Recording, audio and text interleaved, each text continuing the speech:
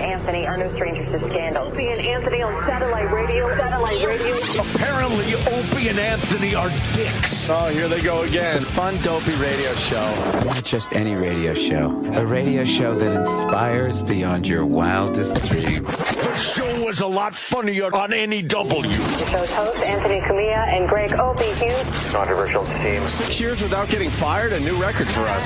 It's just astounding to me. I didn't want to say it's racist, but goddamn. This show will rock as best as we could possibly do this radio show. I'm going to go home and whack to a tranny later. There you go, all right? God, we just lost our demo, man. What's wrong with you? Is this the last straw for the raunchy radio duo? The Opie and Anthony Show, the most popular show in the history of satellite radio.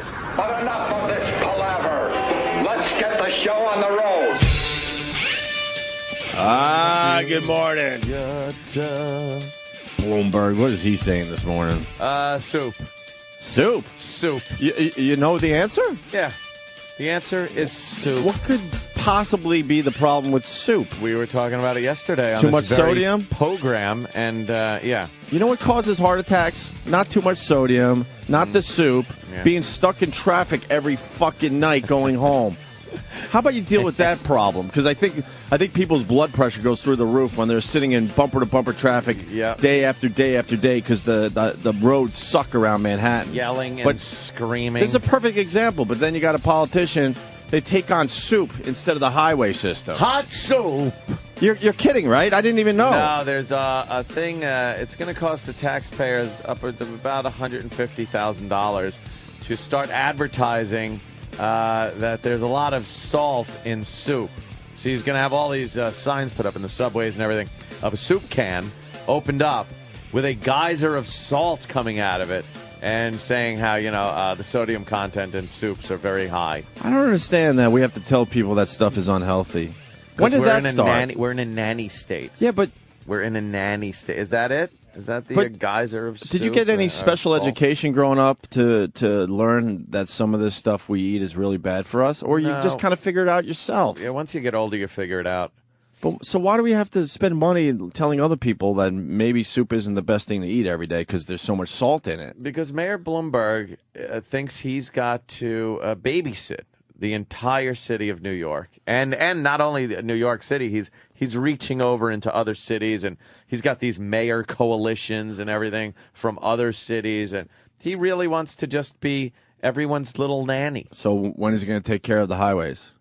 That's somebody else. When is he going to take on the MTA and tell them that's not my department. Well, you could still take them on. You got a little power, don't you? Maybe have a meeting with the MTA and say, most people can't afford to fucking, cross over bridges and go through your tunnels anymore. You're out of control. Fight back. Soup can't fight back. Soup has no arms, no legs. They're talking about soup today? Soup can't make a fist. Soup can't debate you. It's just soup. How about you create new jobs? That would I'm sure be there's good. a bunch of people that still need jobs out there. Not in the salt mines. Oh, my God. Losing jobs in the salt mines. Soup. That's his big thing. I know today. You have to be joking. No, you have to be joking. That's the sign right there. New York City. Look at that. Watch out for your soup. And they were giving Campbell Soup a bunch of shit. And I guess Campbell Soup is one of the leaders in trying to cut back on sodium. Right. I think a lot of it has to do with preserving. It keeps the soup fresh, right? Yeah, like all canned items have a lot of salt in them. As a preservative, and people like salt. It tastes so good. I think salt is good for you then, because it must preserve your organs after it goes in. Oh yeah, it's great. Just preserves coat those all organs. those organs with some salt.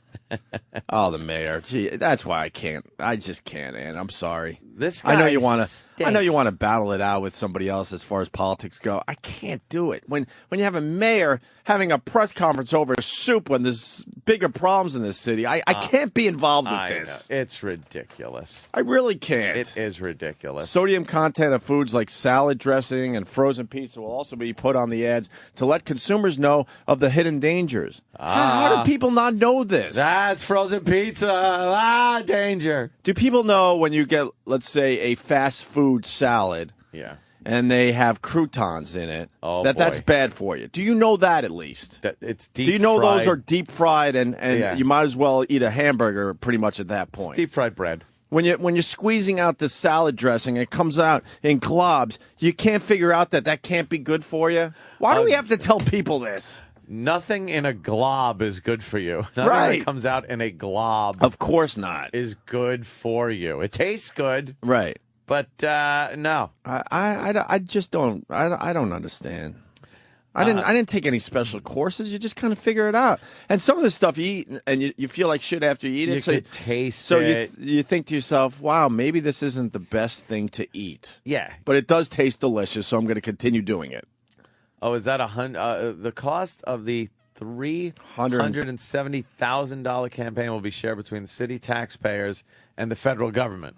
And by the federal government, we're talking about federal taxpayers. Sure. Because that's where their money comes from. Sure. So, Look, there you go. Stress and the city. That's what we need to deal with. Not soup. New York City, #1 city for stress In what way? in the United States. It's just the most stressful place to live. In what way? They just say I stress. live here.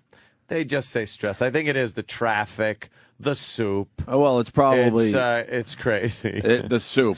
It's all the about the soup. soup. Soup makes you so stressed out. Right. Whenever I'm sitting there eating a nice hot bowl of soup, don't you just go, ah! I can't take this soup. And how much soup do you have to eat for this to become an actual A problem? lot of soup. I could do a bowl of soup maybe once a year. I hate soup. I love soup. Do you like soup? But I don't eat a lot of it. I don't want soup every day. Sometimes I get miso soup when I'm Nice. getting sushi. Some miso. Or Chinese, I'll get a little wontons. I'll get a couple of wontons. A lobster bisque. Do you know It's lobster very bisque good. is bad for you? Of course, All it's right. cream. You don't need the mayor to tell you, right? No. And the miso soup, you could just taste the salt in It's that. very salty indeed. But it comes from the sea, I believe. And do There's people- seaweed in it. Do people consume way too much salt? Because when I consume way too much salt and I could feel my lips just getting puffy God. and dry and kind of like, you know what I mean? That feeling of like, oh. You ever watch a show on people that are shipwrecked? Yes. How their lips look? Right. That's what it feels like if you have too much sodium. When I go to my dumb Islander games, which I haven't talked about lately because they suck a dick, they should just blow up that whole Coliseum and start over at this point. I'm going to do an expose video, I've decided, on the Islanders. Wow. Am I going to give them a fucking beating? But anyway, when I go to my hockey games, I'll have a popcorn or maybe a bag of peanuts. And man, my lips, just like you described, I feel right. like I'm shipwrecked. They're swollen like I'm in Hollywood and I had to get duck lips. Duck And lips. guess what? I say to myself, I'm done with salt for a I while. think I had my sodium intake for a week. Right. Who keeps eating salt at that point? You know what? You have too much sodium also when you're done and like 2 hours later you lick your lips and you taste salt. Yes. it's like what the fuck, man? I had a lot of salt today. But our stupid mayor's getting involved with soup and salt. Don't. The Oh, mayor. It's my not his job. God. He has taken on a position where he thinks it's his responsibility to really be everybody's nanny and babysitter and try to take care of and educate people. It's not people that like soup aren't sitting there going, "Wow, I didn't even know it had that much sodium." And if you are saying that, it's time to thin the herd. Darwinism. Just snort salt. you Darwinism. motherfucker. Snort it. He's taking on Darwin. Yeah, he is. Not all the He baby is. turtles make it to the ocean. They don't. Some have of to them- die on the way. Some turtles are put in soup. So we have less traffic. You like the word soup today. God, I can't get enough of this soup story. Soupy soup. It's so ridiculous. But God. that's the mayor. It goes along with everything else All right, he's how been about- doing with the cigarettes and. How about you take on the education system of New York City? Whoa, he slow is. down. He is. Oh, yeah, is he? just appointed a new head of. A chancellor? Yeah, and apparently she has no background in education. There you go. So how about you get someone that has a background in that shit and worry about the salt and the soup at a later date? Because if you have a better education system in the city, then maybe people will understand that salt isn't a good thing. He says she's very good because she's knows business management. And that's, I guess, what you need in the Board of Education. Yeah. So that's what he does now. Right. And soup. I think they were very happy that the graduation rate is up to 63%. 63%? In the city. All right. I guess that means all the boroughs, right? 63%. Yeah. You know, when I graduated high school many years ago, I think one kid failed out. Yeah. Maybe two. Maybe two. They had that stigma. How is it 63% only? And they're proud of that, by the way. And you know how they solve it? That means 1 out of 3 is not graduating high school. No, they solve it by making the tests easier. Oh, I know. And they still back can't on get the things, numbers up. And they still can't do it. They just dumb down the curriculum. Right. And they call it problem solved. Mm. Look, the grades went up. Yeah, you're really teaching them moronic stuff. But he knows everything. He's the guy that, thank God now, if you get a good mayor in there, he can run for 3 terms, right? Isn't that true? Oh, no, that wait. was just for him. That's right. That was a just trick for question, him. Anthony. It really was. It was just for him. And then he because he's so great. He wanted us to know how great he was because we didn't understand how great he was. Yes. You need me for 3 terms. And how about how he did it? He just said, I want 3 terms. And people said, well, why don't we put it to a vote from the people? And he said, no. No. I'm going to just go and do it. And he went and did it. And then when he wants it repealed, he goes, let's let the people vote. Right. And the people overwhelmingly voted that they did not want 3 terms for a mayor. They want 2, a 2-term limit. I enjoy seeing a new schmuck in there. I just enjoy that. Yeah. Why do you have to look at the same schmuck for 3 terms? It really is. Who's the next schmuck? Let's move on to him. Who would be the next mayor? I don't know. Who's in line? And when he said, no, I'm just going to do 3 terms, where were the people to say, whoa, wait a minute, what the fuck? There were some people saying, well, we'll put it to a vote. Let the people vote. But and he was like, no. They couldn't rally the troops to say this is not how the system is set up. A lot of people were very upset with him about that, but he squeaked it through anyway because that's what he does. And then, with his wrangling and deal making, and he's rich. Mm-hmm. And then the odd thing is, when he wanted it repealed, he left that to the people. And again, overwhelmingly, they said they do not. They want term limits on the mayor. Unbelievable. This guy is a snake. He ran under a Republican ticket because the Democrats didn't want him, and he's a ultra liberal douchebag. Oh, yeah. I cannot wait to say adios to Mayor. Well, he's all about the salt, so what are you going to do? It's salt, it's soup. It's all about soup. Kids from Connecticut, all these food companies are afraid of lawsuits. How do you sue a fucking food company Yeah, that would for be feeding you? That'd be a little odd. I know people do sue food companies if they're obese or their families have had health issues because of their food, diabetes. But it's like any judge that would entertain this should just be smacked in the face. Enough. Right. Let me say hi to Nate in Delaware. Nate. Hey, how's it going, Anthony? What's up, Nate? Hi, sir. Hi, Jimmy. Hi. How about the guy that said hello to you, asshole? Go fuck yourself. Hi, Opie. You want to say hi to the janitor, too? How about you start with the guy that said, hey, Nate, what's up? Common courtesy. Piece of shit. Enough of that shit. Away with you. McFly in California, what's going on, buddy? McFly.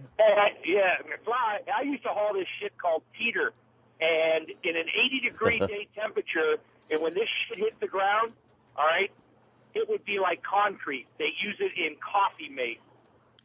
Coffee Mate? Wait, so, I love Coffee Mate. Wait, there's something called teeter that's in our food, obviously. Oh, yeah. This stuff is like concrete when it gets below 230 degrees. Is it Peter? It's a teeter. Oh, teeter. Yeah. How do you spell that so we could all Google it? What the hell is T-E-A or T-E-T-E-R. Teeter? Really? Teeter. Is it something about a teat and it's in Coffee Mate? No, it's non-dairy it's a product creamer. made from it's a product made from soybean oil. Oh well, it's soybean oil. And is it in a lot of shit? Oh, coffee creamer, shit like that. If Bloomberg knew what kind of crap goes into stuff like that, and Maruchan noodle. What's a Maruchan noodle? Do you know it? I have no idea what foods this man is talking about. I don't know your strange foods. I don't know of your odd foods. I don't have to eat. He got a personal chef. Yes. I don't eat teeter. All right, guys. Hey, I'm punching out later. All right. Is it the pink goo that's in the Chicken McNuggets that we learned about a couple weeks back? Oh, God, the pink goo. Is that the teeter? Even on a more local level, all these, the coffee cart truck things, the little one-man stainless steel phone booths that some savage stands in and hands out bagels and rolls in. Sure. As I'm driving to work in the morning, I see these guys setting up. Mm-hmm. They take their trailer, which is that little phone boothy thing. Right. It's hooked up to their truck. Sorry. They then like unhitch it, pull it over to where they got to pull it. Right. And with their bare hands, they're strong guy. And then with no water or anything, I then see them go in and start buttering the rolls with bare hands after they're handling their fucking trailer hitch. Their greasy trailer hitches. And shit, yeah, and they're just, they got their big, nasty hands, and they're just slathering butter on these rolls and stacking them up. Like, who would eat that? I don't know. Disgusting. A lot of those guys pull their own coffee trucks or carts or whatever. Yeah.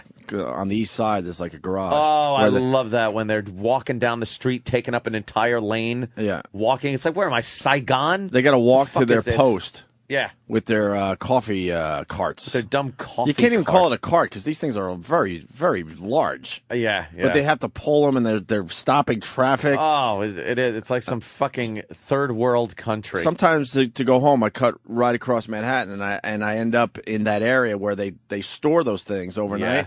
And you see them going in with the bagels and the rolls still in there. Oh, they're still in and there. You think someone's in the warehouse, like, picking through to make sure they don't serve a stale one the next day? No fucking way. I don't know for sure. All that shit. I get behind them sometimes when they're driving their trailer down the road because they don't drive very fast and it's very annoying. But you see them going over bumps and you just see donuts and bagels bouncing all around on the shelf. I'm sure a few land on the floor. No one's looking. They pick them up and put them back on the shelf. They don't care. Nah. There's asbestos brake dust just going into their little dumb cart. But you know what? In the end, it tastes delicious. Oh, people love it. They line up for these things. It's terrible. All right, whatever. So it's about soup today in our city. Yeah, that's what. What is it the about in mayor's your big city thing. today? Yeah, What are they talking about in your city What's today? your mayor trying to stop? We have soup here. Just let us live. It really shows that New York has become a fairly safe city. Back in the 80s and early 90s when David Dinkins was mayor, he had to worry about wilding and shootings and blacks and Jews going at it on the streets. And he really didn't have time for soup and things like that. But Bloomberg is like, look at that. Street's pretty safe. We occasionally get somebody that wants to blow up Times Square. But, for the most part, streets are pretty safe these days. Sure. Let's go after soap. It's about the soup. It's all about the soup. Hot soup. It's ridiculous. There's he really doesn't have anything to do. I think that's what it is. He's rich, powerful, and decides he's just going to do dumb things. But that's my point. There's a lot to do, but they don't want to take on the tough stuff. No, These politicians don't want to take on the tough stuff to actually make your life better. Every time I have to get on that Long Island Expressway to go and visit, my family. It's crazy. I'm like, why aren't they taking care of this fucking road? There's obviously a major problem if it's bumper-to-bumper traffic at 2 in the afternoon. It's not rush hour yet. Yeah, there's... rush hour, I understand, that's a tough fix. Ooh. How about on a Saturday morning, you want to race out to Long Island for a quick visit and you're stuck in traffic already? 11 a.m. on a Saturday. Yeah. Fix that problem. It was when I was going home yesterday, I was taking the expressway, and I regretted what time? not turning 10:30, right? It was about 10:30. In the morning. That means everyone that works should be at their Yeah, desks. I'm going at this eastbound. point. Eastbound is supposed to be wide Away open. from the fucking rush hour. Yeah, well, that's when they decide, you're going to fix the roads. Oh, yeah, that and too. I was just stuck. You know what I hate? Roving street repairs. Roving street repair. It's the slowest moving vehicle With the blinking arrow? in the world with the blinking arrow that tells you to get over. What people cannot comprehend how to pass these things. That panics everybody. They jam on the brakes. Right. Roving street repair. It's the big giant arrow and the slowest vehicle on the face of the earth. Right. And people just don't know to get over. They get behind it, or they get in the middle lane and won't pass it. Yeah. What do they think? That thing's a blinker? That it's changing lanes? No, get past the fucking thing. I bet you they think that. It's coming into our lane, Murray. At any moment, it's going to make a lane change. Yeah, it's making lanes change with its giant arrow blinker. It's so infuriating. I'm not a fan of lane closures. Lane closures. Where they close the stink. lane for about 2 to 3 miles before the actual construction area. Yeah. I'm all for close it right at the construction. Just a wall right there. Yeah. Box them into the lane. Just confuse the hell out of them. Wait, my lane is just ending? That's all. Do you know, we hit one time, me and Kenny we were driving to D.C., and it was like 1 a.m, an hour. Oh. We were probably a quarter mile behind cops that were driving slow. Yeah. And slowing the traffic down. Yeah. Oh, I guess to let worse. the trucks, it was like exit 7 to 7A on the turnpike. It was the most enraging traffic I've ever hit because they were building a bridge. Mm-hmm. So they had to slow down traffic a mile or 3 miles before. And it really mixes up the lanes and the cars, because then when the closure, let's say the left lane is closed, right? And when the left lane then opens up, people just feel compelled because it opened up to get into it. Yeah. Not knowing it's still, the fast lane. Right. Don't get in the fucking thing unless you're going to go fast. Right. So they just get in it and drive under the speed limit. You're like, can you get out of my way? Unbelievable. Yeah. I want to know what the other mayors are talking about today. The mayors. Yeah, well, of course, beer. Our beer drink pretty good. Our soup tastes pretty good. Yeah, our mayor's concerned what about soups we got? the salt content in soup. Campbell. That's what we're talking about today. That's what our stupid mayor is all concerned about That's today. important stuff. I mean, the economy's doing great. There's no problem with the roads. That is what he should be thinking of. The MTA is running fine. They don't even have to, raise rates or anything. And I don't understand a society where you got to tell people what is unhealthy. I don't get it. He's a nudge. We just talked about this, Jimmy, and it's like I didn't have any special fucking training or classes growing up. You just knew what was good for you and what wasn't. college in broth. Right. A fucking raw carrot, I believe, would be good for you. Good for you. You know what he is? He's a yenta. That's what Mike Bloomberg is a yenta. Yenta. He just wants to be involved in every facet of every citizen's life. But nothing For that you dumb care stuff, about. though. Yeah, No, thank no. you. Yes. Nothing you care Calorie about. counts was a good move. That informs the public. But how about you stop turning New York into a fucking... It's not an outdoor park. It's a city of commerce. Yes, people work here. You know, Damn it. I agree with you now, Jimmy. At first, I didn't, but with the calorie counts, and I look at these menus, I'm like, I had no fucking idea. I'm learning a little bit here and there. That helps people make smarter decisions, and I'm fine with that. Right. Because they say shit like low fat, and you see, hey, low fat muffins, and we're not dietitians. It's like you just think you're doing good for yourself, Well, but you're not. It's bullshit. Yeah, language. Well, it's trickery because, I mean, a low-fat muffin is still really not necessarily good for you.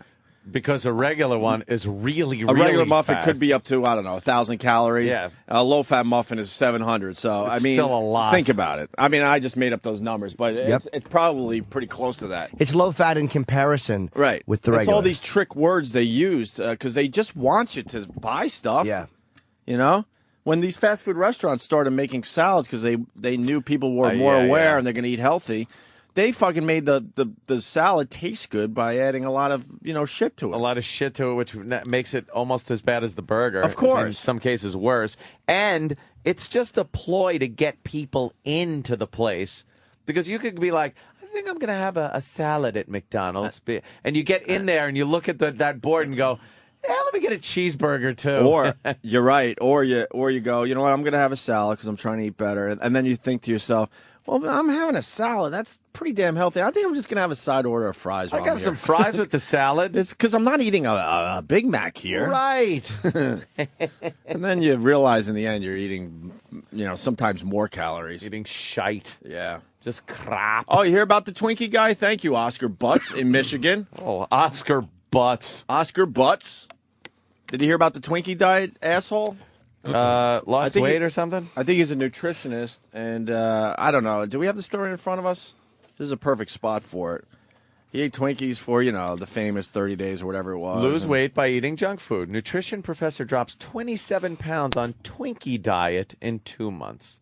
But see, now, what did he do? Now, Ann has taught me about some stats and shit. What is? All right, if the guy lost 27 pounds eating Twinkies, obviously Twinkies are extremely fucking fattening. It just means he was taking in less calories. Less calories. That's all that is. Or Twinkies aren't healthy for you. You're not going to lose weight by eating Twinkies. People think they could sit on their ass, eat Twinkies, and lose weight. No, and he's probably exercising and. What did the guy have an exercise regimen? He's HIV positive.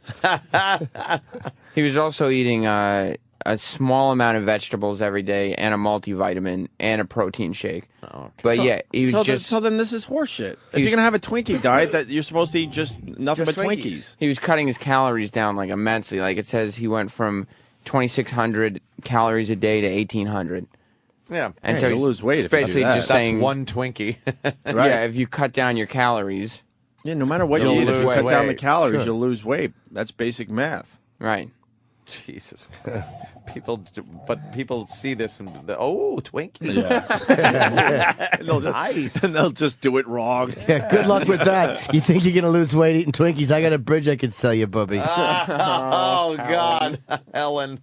Love Helen. Helen rules. I hate the name. Did you see Conan's debut, Helen? I saw part of it. I didn't understand the whole bit. He looks like a mountain person. I was like, who is this? Grizzly Schmizzly? Get out of here, you. Grizzly. Over the summer, Chris Cornell ran into Anthony, and I think... oh, God, what kind of car was he driving? Don't get me started. I haven't slept. And I think he took on your look for the big Conan appearance last night. Soundgarden was on Conan, and he's pretty much sporting a Hitler mustache on Conan. There you go. Yeah, he is. There you go. Going with a Hitler mustache. Wow. How are they? What's going on with that? I love Soundgarden. Were they good on the Conan? They can't do no wrong for me. Damn. Yeah, here's a little taste. Let's hear a little... Web exclusive Soundgarden performance. That is huge.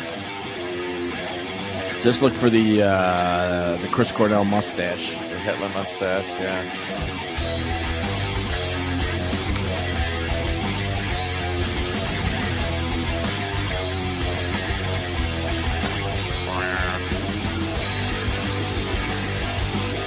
Sing, Chris. I noticed they're not really doing a close-up of Chris Cornell. Maybe they're a little worried about the... Were they worried about the Hitler mustache?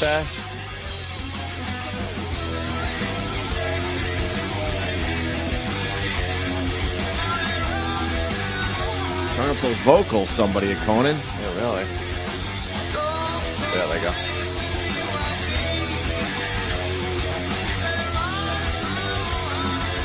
See the mustache? He Holy totally went crap. Hitler. That He is a went Hitler mustache. It's coming back. It's coming back.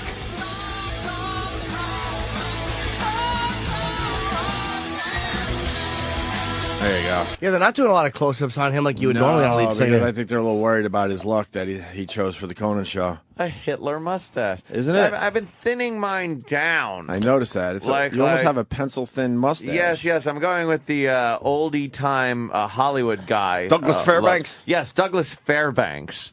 I'm going with that. And then the sides, I'm bringing him in. Little past the side corners of the mouth.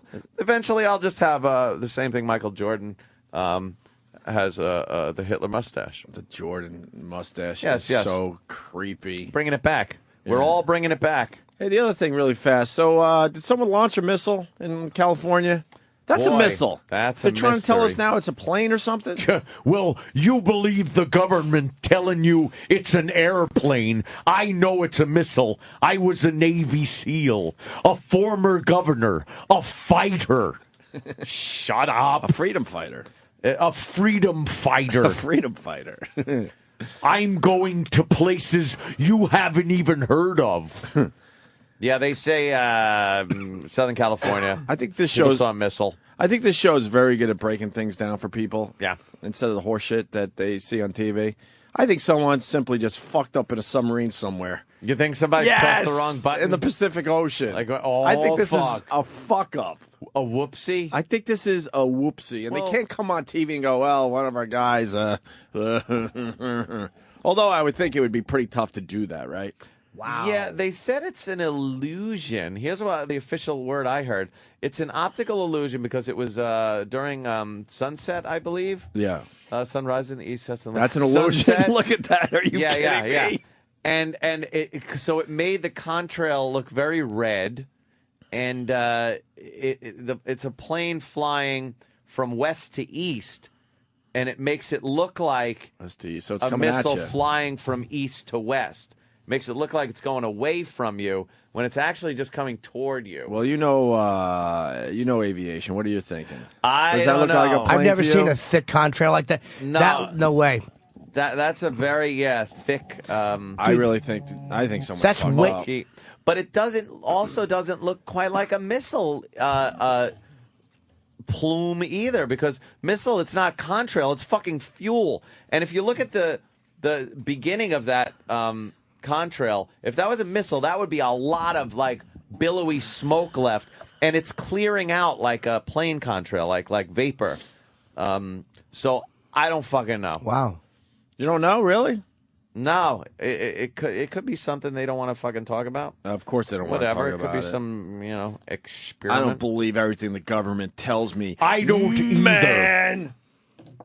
Actually, I don't. I don't. Oh, you shouldn't, yeah. I don't. I was trying to make a joke and realized, wait, I was just making a statement. What do you? I mean, We talked with experts. We went to a junior high where children were launching Estes model rockets. And they say it was a missile. I have to believe them. Stop. God, I hate Jesse Ventura. why do you bring them up then? Because I can't stop watching his show. Is it good? Was there a new one on? It was one on Wall Street. Does it get anything done? Nothing gets done. And he talks to the most uncredible witnesses. You'll Google their names when he says who they are, and you're like, well, this person's a nobody. Wait, So Rochester doesn't even have a mayor? Oh, yeah? Hold on a minute. Because How's that work out? remember we said we want to know what your mayor's doing today? Because our dumb mayor is all about soup and salt. Soup. David Rochester, you're trying to tell me Rochester doesn't have a mayor? Well, I mean, he's there until January, but he's going to be Cuomo's lieutenant mayor, so we got no mayor. How about a man named Goldie Wilson, my friend? You saw what he did for Hill Valley, didn't you? It was a great place, clean, nice, and it turned into a shithole where the movie theater was a porn theater. The nice little corner cafe turned into an exercise place. And Mayor Goldie Wilson, I'm going to clean up this town. The town was clean. Yes. Now that's a good idea. I could run for mayor. Colored mayor, that'll be the day. That'll be the day. In person. What was wrong with Hill Valley? It was fine. It was fine. And then Goldie got in there, and the place went to shit. Bums sleeping on the fucking park benches. Well, that's probably what's going to happen, because we're going to go back to the days, and Opie may remember. Remember Grady? Grady, yeah. Was he the mayor when I was up there? Yeah, well, we're going to go. He's the one that got the ferry, and you remember the ferry and all that, where there was just a big money, I think they were trying to get a ferry to go from Rochester to Toronto or something. Was that the thing? Couldn't figure that one out. Hell no. They got it. It ended up being a big money pit, and Duffy got rid of it, who was an ex-police chief. And he had the city pretty well tied up. I mean, he had all the troublemakers tied up around Clifford Avenue and all that, had them all contained. Now we're going to get some liberal in there again. who's going to, open up everything, and the city will go to hell in a handbasket, yada, yada, yada. More importantly, how much snow you guys got already? Oh, boy. Actually, none, but I was in okay. I was in Cleveland yesterday, and they had snow in Cleveland yesterday. Snow in Cleveland. Holy shit. If it's not bad enough LeBron left that city. Now they got to deal with snow. They're trying to make it as white as possible. I got one more thing about the missile. Yes, Dave. Being the next Navy, man. I think you were right on the money that it went out of a sub. And the reason that contrail changed, like what Anthony was saying, is because when they hit the abort, shuts off the fuel, and then it's just, when they figured out what happened, they hit the abort button. It shuts off everything, but it's still got to burn off a little bit, and it's still got velocity going up in the air. So Wouldn't they hit the old destruct button also? And then you got to explain. Then you have to explain a flash in the sky, an explosion, especially if it was armed with a nuclear warhead. Can't do that. Jeez, you're really speculating now, aren't you? No kidding. Also, nervous Nelly. But wouldn't that explain why? Sorry, wouldn't that explain why the smoke didn't puff like Anthony said that you'd see all that residual smoke? But wouldn't you not see that if it started in the water? I'm saying when it come out of the water, it was still under power. When it got up in the air, they hit the abort button, shut off the fuel and everything. Oh, you can't have it explode. They have ships that come out and pick up the ordnance that don't go off and stuff during wartime, war games and all that. So that's what happened. Sir, well, it certainly gained a lot of altitude then if it had no power. I'll tell you that, because it was still climbing like crazy. Was it really? Well, yeah, because they said it changed direction and. Oh, dude, that's not a plane contrail. Look at the bend in it. There's like that right elbow crook. Yeah. That's like a missile launcher. Yeah, it has to be. I just want to know if it was I want to know if it was a mistake. I want to know if it was somebody else. Maybe it was cyber terrorists. Some other using a little app on their iPhone. You think they got maybe the wires were crossed? And Polaris missile app, right? Guy was using That's a better explanation than your Hill Valley explanation. Guy was just playing Angry Birds, and all of a sudden the wires crossed, and he set off a missile. That's a good explanation. Yeah, Angry Birds? No, Gregorio. I don't like his explanation. Why don't you like his explanation? Because it's still under power. Yeah, but maybe it got some speed going before they hit the old abort that much button. Fucking speed going. Why not? Because that thing would start arcing. And where did it go? Where did it go? Did anybody see it from beginning to end? Mm-hmm. Where did it go? Are you talking to me now? I'm talking to anybody that'll listen, my friend. I'm just hoping somebody listens. They got video. Didn't they just keep the video rolling to see what this became? What'd they do? And then you could study the video to see if there's something still in the sky at least? Yeah. And there was a flicker of red, but they said that could have been a reflection of the sun set on the fuselage. You see that bouncing off planes living in New York all the time. Yeah. I was saying, like, what the fuck was that? Oh, the sun just hit a fucking It's plane. not a plane, though. I don't think it's a plane either, man. I don't think it is. All right, Dave. All right, see you. Hey, thank you, sir. Maybe we get our friend Mike Baker. Yeah, Mike might know. You think Mike might know something? He might have an idea, but I mean, again, they're not going to call Mike and tell him either. By looking at it, though, he might have an idea. Though. See there, it's still going. I don't know. And then why? Yeah, like whoever's taping this or recording it, why are they showing graphics? Just show the missile. Show the missile from beginning of the recording to the end. That's all. And then Oh shit, Anthony! Explanation coming in right here. Oh yeah, Sean in Jersey. Go ahead, Sean. Give us some knowledge. It's John in Jersey. There was a computer named Jonathan, and they just couldn't play tic-tac-toe fast enough. Fuck. Jonathan. Yeah. Joshua, you dope. Oh, my God. It's the Whopper computer. Jonathan. Did you see that jerk? Oh, what a dunce. Oh, you can't just name the computer whatever you want. Yeah. You know what I loved about that? Bill. The confidence the guy had. Oh, he did. Here we go. It's Jonathan, the computer from War Games, right? Yeah. Exactly. Oh. And this guy basically saying it's a Tomahawk missile. He knows. Oh. So why isn't he on CNN? Hey, Dave, if you know that's what it is, get your ass on CNN. I'm not an expert, but I mean, I've seen those. Plays one on the radio call-in show. I'm not an expert. I'm not an aeronautical engineer. I'll be honest with you, Dave. Hold on. You're just as qualified as half these idiots that do claim to be experts And on us. TV, So- and us as well. Right. No, if you look at video, these missiles, these Tomahawks going off, they launch vertical, then they bend horizontal and go down for an up-in-the-air flight, and that's what that looks like. Oh, yeah? Yeah, I thought Ant would know a Does little it? more than he does on this one. No, I can't. You know why? It's one of those that they're not giving me enough info. Right. They show the thing in mid-flight, and they don't show where it ends. Because the news got bored and said, we don't need to show you any more of this. I want to see the whole fucking thing. We got a cute kitten in a tree somewhere we got to go to next. Does it just fly over the guy's head, and you see it go toward the horizon? He should have recorded this thing for the entire time. Of course. Does it go straight up into the atmosphere? Wants to ask Ant how difficult he thinks it is to fire off a missile. I would think it's pretty difficult. I would think so too. I think there's a lot of steps. I don't think the cook can turn the stove on and then go, oh, he's in the galley, and inadvertently hits the switch. So this guy thinks it's a North Korean missile. Oh boy, Alan. North Korea is off Catalina. Alan. Where? Yeah. It was close to the shore. What was it, about 30, 40 miles out, something like that? You think it was North Korea, Yeah, huh? they snuck their good submarine in there, and You can't sneak a submarine. Yeah, they're That sneaking a close. submarine right off Los Angeles. You might be able they to. got that far, but their missile just didn't do any good. You know what I mean?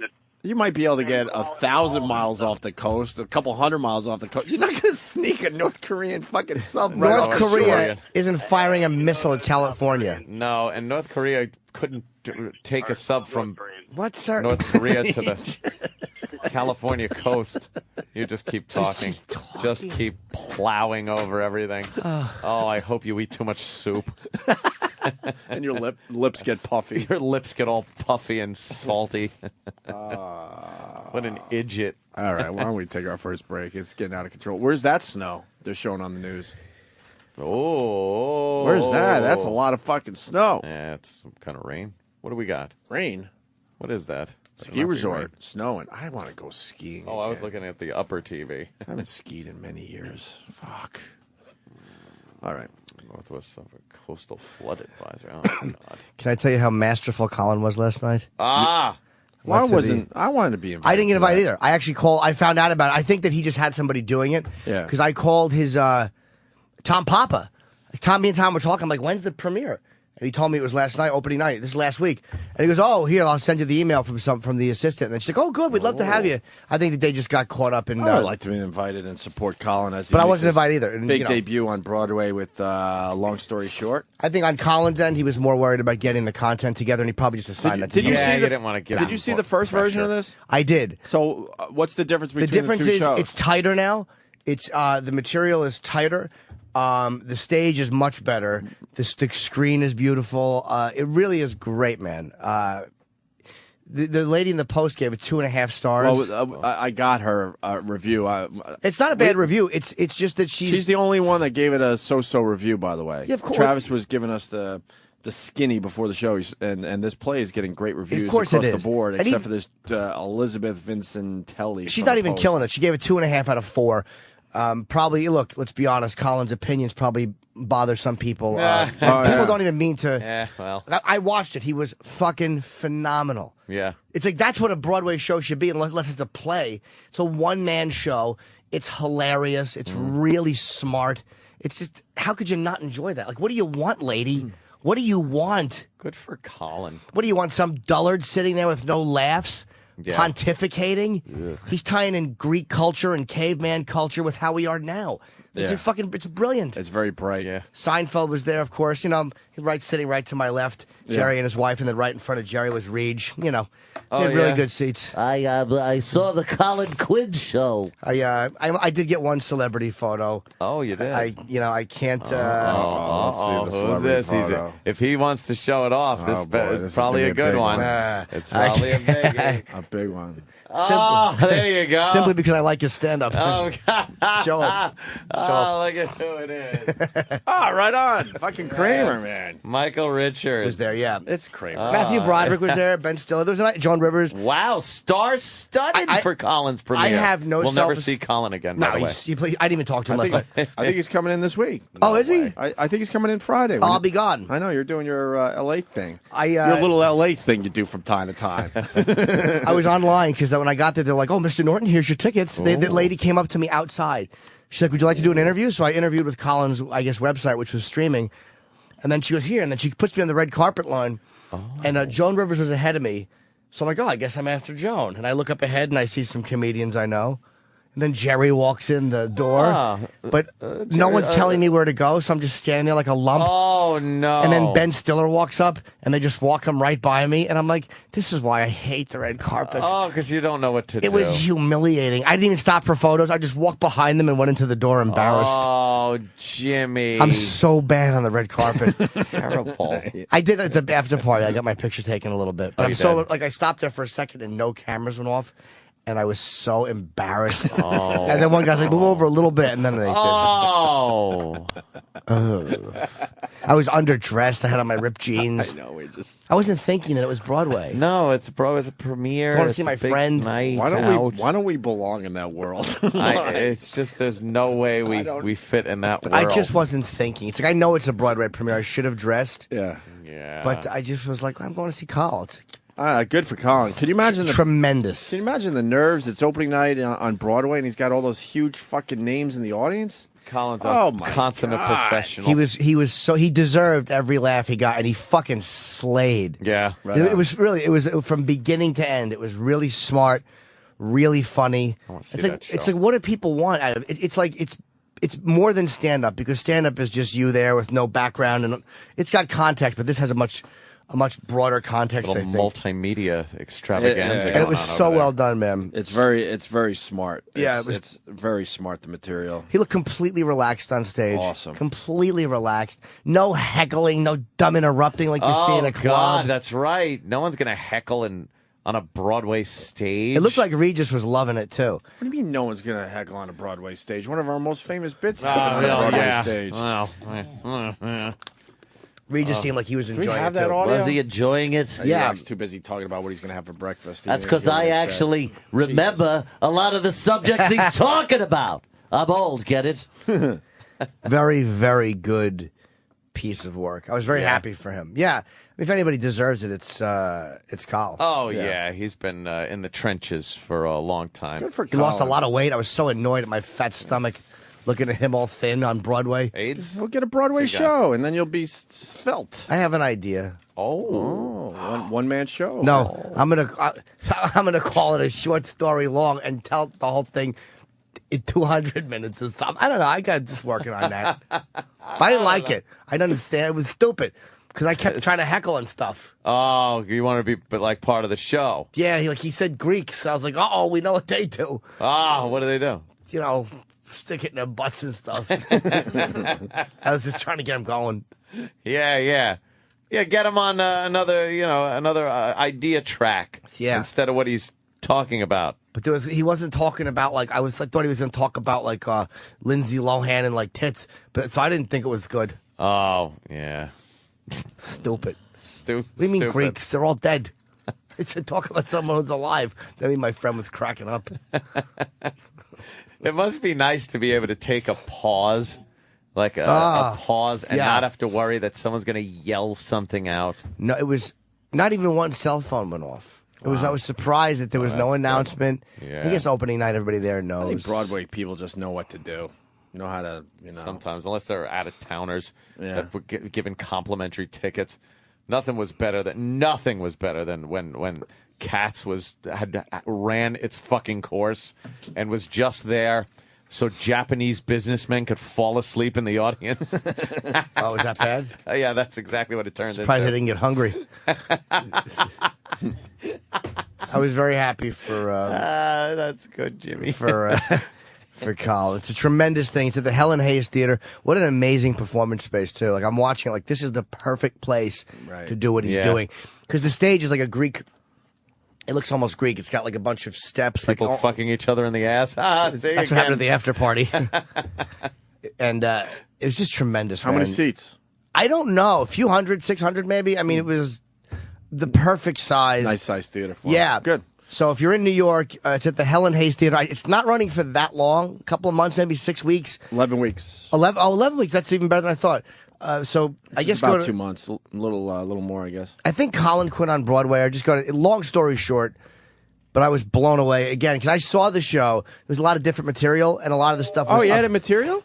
Yeah. Oh, let me see my picture. There's Jimmy. That was me at the after party. Oh, you can't get to it, can you? Well, let me see What website did Jimmy make?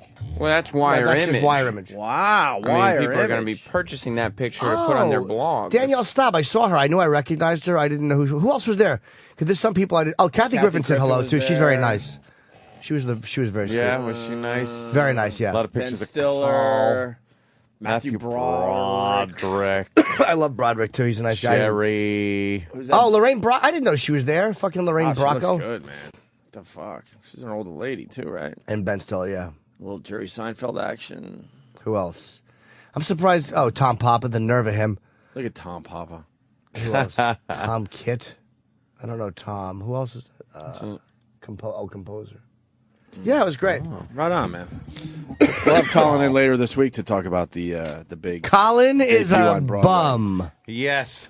A bum on Broadway, though. but a real victory. Yeah. And I'm glad. I know Variety wrote it up nice. It got some great reviews. It got written up in Variety. I know you guys beat the shit out of each other, and it's the thing you do, but I'm happy for him. So am I. Because I remember like 5-6 years ago, he would come into our show at the other studio so frustrated. Remember, he would tell us he has all these ideas and he needs someone to organize his ideas. He's got hundreds and hundreds of hours of stuff that he's written. Yeah. And he was just so frustrated because he knew he had something, but he just needed someone to help him out a little bit. And now, fast forward a few years, he's on Broadway with it. A lot of things on Broadway, I think, that are supposed to be funny are tongue-in-cheek or they're over the top. I don't think that's the answer. Shut up. It's fucking drivel. Like, this is really smart. It's not oversold. It was so great to watch a stand-up. But again, this would be hard to do in a club like this because there was so much more to it than just Trying to hold people's attention when they're drinking and ordering food and Right. Paying their bills. yeah, Can you paying the imagine? fucking Jesus. But this dumb lady, Elizabeth, said it was just stand-up, but it was more than stand-up because I've seen the stuff that was stand-up in it, and I know what the difference is. And There's definitely a difference. It incorporated a bigger picture, and it made sense, and it was really well done. And it was hilarious. Fucking what does she destroyed. know? All right, why don't we take a break? Very good. All righty. We got someone from the Navy that wants to explain the missile. Hopefully he can stay through the break. Hope it's the guy from the Village People. You can sail the seven seas in the Navy. We all drop to our knees in the Navy. You could catch a communicable disease in the Navy. And we got Cain Velasquez. Yes, he's coming in. I'm trying to get a UFC glove to get him to sign. I'm such a dummy. I forgot to ask someone yesterday. He's the UFC champion, and we got him on the show today. At 8 o'clock, He was the one that beat Brock Lesnar. Yes, he did. He's a bad dude, man. And a big star. And a very funny dude, Jim Gaffigan. Is Jim coming in good? Stopping by to say hi. One of our the very our pale pals. Jim Gaffigan. Yeah. And other things. I don't know. We'll figure it out. Opie and Anthony Show on the Virus. Sirius XM.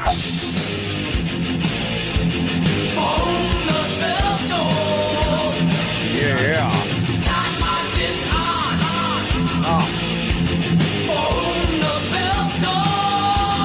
This music just reaches white people. It's great. Like soul reaches black people. Yes. This just talks to white people. You think black people like Metallica? Some do. I'm sure some appreciate. My ex-girlfriend was very into R&B. Yeah. And she was listening to Metallica with me in the car. She's like, people actually dance to it? Like, she loved it. She couldn't believe how good the beats were. And so I'm sure if they hear it, they like it. Alone, when they're not with their black friends. Yeah. They won't admit in front of a bunch of other homies that they're listening to, for whom the bell tolls. Yeah, this shit is great. All right, Navy guy did stay through the commercials. Ooh. Dan in Georgia, talking about that missile in California, and you might have something on that, Dan. Yeah, I used to shoot the missiles off the carriers. I did 2 carrier tours. I was TAO, which stands for Tactical Action Officer. I know. So it's virtually impossible to accidentally shoot a missile. So if the Navy was shooting a missile they were shooting it on purpose, but I'm not saying that it can't, accidentally go somewhere where it's not supposed to go. All right, so it wasn't a mistake.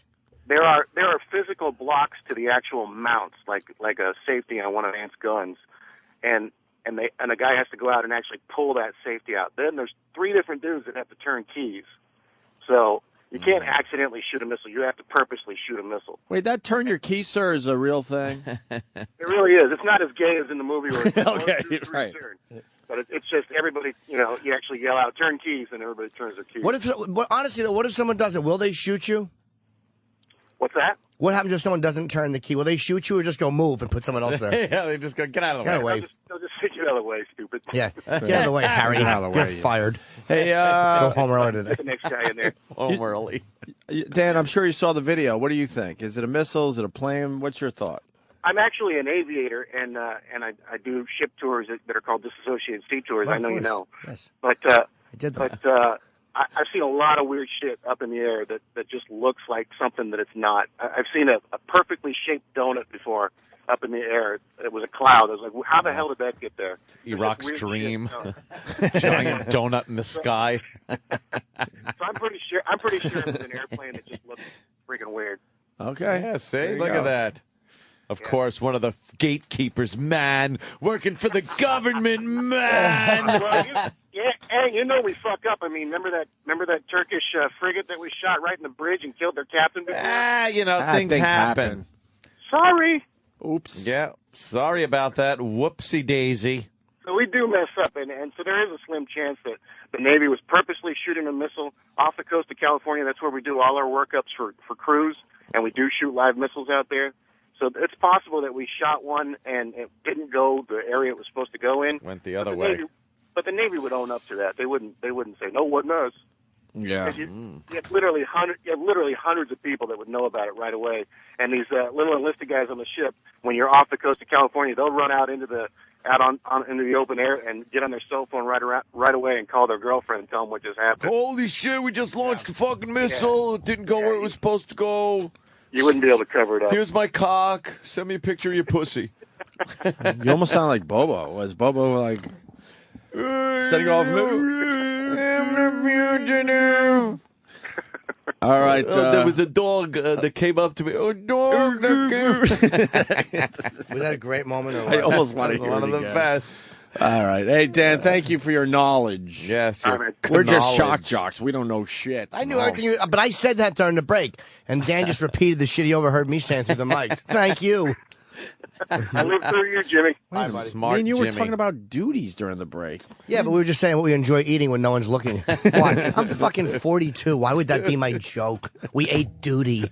I suck. Because it's funny. Hey, got you to the red carpet last night. It's certain. Well, yeah. As I ran, you should have seen the low self-esteem kid fucking running. Dude, I hate red carpets. Hate them. Yeah. I get so humiliated and embarrassed. Like, 'cause I don't think my publicist is very good. Amy's very good. Like, she'll go, hey, that's so-and-so, that's so-and-so. And she'll get me to talk to them. Whether or not they use it is up to them. Yeah. But at least she gets me to talk to them. But when it's just the event publicist and I'm there, Forget it, right? Oh, dude. It's my nightmare. It's like waking up on stage realizing this is a dream. You're a fraud. God, you're a fraud. Oh, Norton. Hey, Sam, did we find the bedbug song? No, I mean... Fuck, I wanted to play that so bad today. I can go real quick, burn the song that they did play if you are really in the mood for a Scott and Todd parody song. It wasn't the bedbug song yesterday. What was yesterday's? The Facebook song. Oh, you got to get Is that something you're interested in? Well, Facebook Facebook song. Well, that keeps us very current and hip. Topical. I'm trying to think. We're almost now, hipsters when we talk about Facebook. That's right. Would they do that too? Yeah.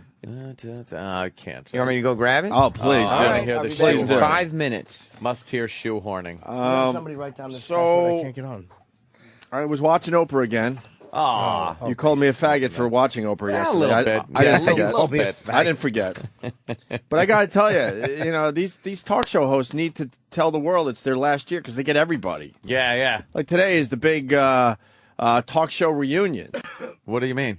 Who's on one stage? You got Oprah, Phil Donahue, Ricky Lake, Sally Jesse Raphael, Geraldo, and they threw Montel Williams in there. Oh, okay. Throw him a bone. And they're all no Springer. That's right. No, I think the whole thing was talk show hosts that are no longer doing it, to give Oprah a little advice about retiring or something. I don't know. And they all drink a little champagne at the end of the hour. But yesterday, Oprah had fucking George Bush on. And I got to tell you something, man. I was never a Bush fan at all. And mostly because of his personality. I'm not a politics guy for the most part, but I always thought he was just as stiff in office. On Oprah, he came across so fucking likable, and I'm thinking to myself, where was this guy when he was in the White House? Yeah. And I'm not talking policies, please. I'm just saying, as a human being, he came across very likable on Oprah. The thing about those guys is any one of those guys could win you over.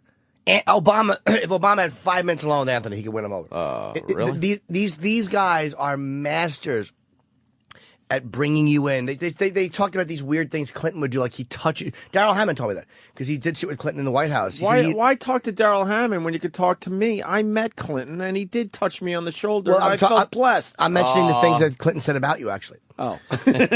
I'll touch that boy. He ran up into the apple tree. No, but you're right. Clinton just has a way about him. He invades your space. They all know how to their whole job is to win you over. And I'm not saying they're being insincere. They're just those type A people, who can just fucking dominate you by talking. Oh, I certainly was suspicious by the whole thing, because obviously he wants to sell some books. But he wasn't likable in the White House. Is what it is. But he won the elections. To get elected, he was. Yeah. A lot of that had to do with 9/11 and people going like, you don't want to put a new guy in there. And he had explanations for some tough fucking questions, man. And then of course you watch. She had plenty of time to think about it. Then you watch, whatever, some of these talk show fucking assholes, and they have to. It's just so exhausting. I don't even want to talk about it. I just stop myself. It's exhausting. I do like Bush though as a guy. Like if I had to interview any ex-president, it would probably be him. He, as far as Katrina goes and flying over Katrina, he said, I made a mistake. I should have landed. Because that famous picture of him looking out the fucking airplane or whatever, Air Force One. But it was all wet down there. Right. I should have landed. But he said, which makes sense, he said, when a president lands, it takes all the resources to protect the president. It's just how it is, right? And he felt like all the resources were needed somewhere else, and not for him to land just to make a statement that I'm here for you. That was his explanation. Right, that ain't bad. Just had a few years to think that one up. That's probably pretty good. Probably. But that was his reasoning yesterday on Oprah for the most part. Yeah. How'd she treat him? I thought she should have been tougher with him. She kind of let him off the hook a little bit, She was all right. It was a really good interview. It was a great hour. He's not a sitting president anymore, so it's like, why lay into She asked him? about Sarah Palin and all this, and he's like, I don't want to be dragged back into this crap. He basically doesn't want anything to do. He's saying that now. Yeah, he hasn't with bashed politics. Obama. He hasn't, he doesn't bash Obama. No. He says the guy has a tough job. I've been there. He doesn't bash the guy. And he knows he left him a mess. And he did. In certain areas, he left him a mess. And I think he said that he did not understand how bad the economy was going to get at the end. And maybe Ant said that yesterday. Am I just repeating what Ant said yesterday? I'm sorry. I'll say yes, you are. Because it was really stupid. Wait a minute. Now hold on. We got the audio when he talked to Matt Lauer. I didn't see that interview. And then he was on Hannity last night. I did not see Hannity last night. Oh, I didn't see that. They didn't do that in Texas, I'm guessing, right? That was not in Hannity's studio. No. Did you watch? No, but I saw a clip of it, and Sean and him were sitting at the it was a table. It was a recorded piece. Wow, we're like one step removed from Bush because we know Hannity and Hannity knows Bush. Wow. This is that Kevin Bacon thing, but in real life. Well, McCain, too. And McCain. We're going to be asked to dinner knows them all. We're going to be asked to the White House soon. Oh, you think so? Yeah, man. We're one removed from Don't the just president. show up thinking you're going to be asked, by the way. they frown on that. I was almost friendly with a president's daughter. God damn it. Meghan McCain we get along very well. Oh, really? Yeah. I just wish that her dad would have won, because then I'd have access to the White House. Not a would. lot of access, but maybe some. My brother tried to pick up Chelsea Clinton at a bar once. What? That worked out? Not well at all. Yeah, you wouldn't think it would. He pushed, though. He was would using not think that he was worked using that Hughes charm. Oh, yeah? Yeah, it didn't work out. Didn't work out for him? No. Maybe he'll tell the story if he comes out of hiding. My brother's in hiding. I don't know why. Ooh, on the lamb? I don't know. Whatever. Hope not, because the lamb is probably going to have his back be sore. That's a good one. I know it is. Hopefully he'll figure it out. No, it is. Hey, Matt Lauer talking to George Bush. Yes. You want a little clip here? Sure. You hear about the fetus thing? Yes, I told you that You yesterday. did, right? Yes, Jimmy was talking about that yesterday. I mentioned that. Where the fuck was I? I said that's why he was pro-life, because his mother brought the fetus in the... I'll let him say it. Yeah, Barbara Bush was on Oprah a little bit. It was a tape piece, and wow, she seems like a tough broad, man, a tough mom. Really? Oh, A bitch on wheels? She seems to be the real leader of that entire family. When you look at it's fucking George was president for 4 years, head of the CIA, vice president for 8. George Jr., president for 8 years, governor of Texas. Jeb, governor of Florida. That is the most powerful family in the country. Yeah, that is Sure, and she is a dynasty. and she seems to be the toughest one of all. And George Bush looked like he was 12 years old when they were interviewing him and his parents. They talked In to Maine. him and his parents together? In Maine, yeah. Oh. You know, at the summer home there. Kennebunkport. That's right. Who did, Oprah? I guess Oprah didn't feel like going up to Maine. It was one of those pieces where it was obvious that Oprah wasn't there. Oh.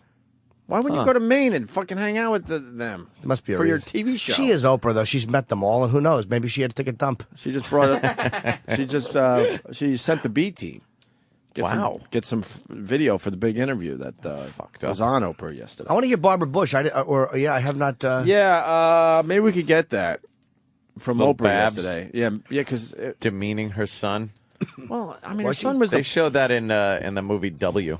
where Yeah. that the mother was very overbearing and really like nasty.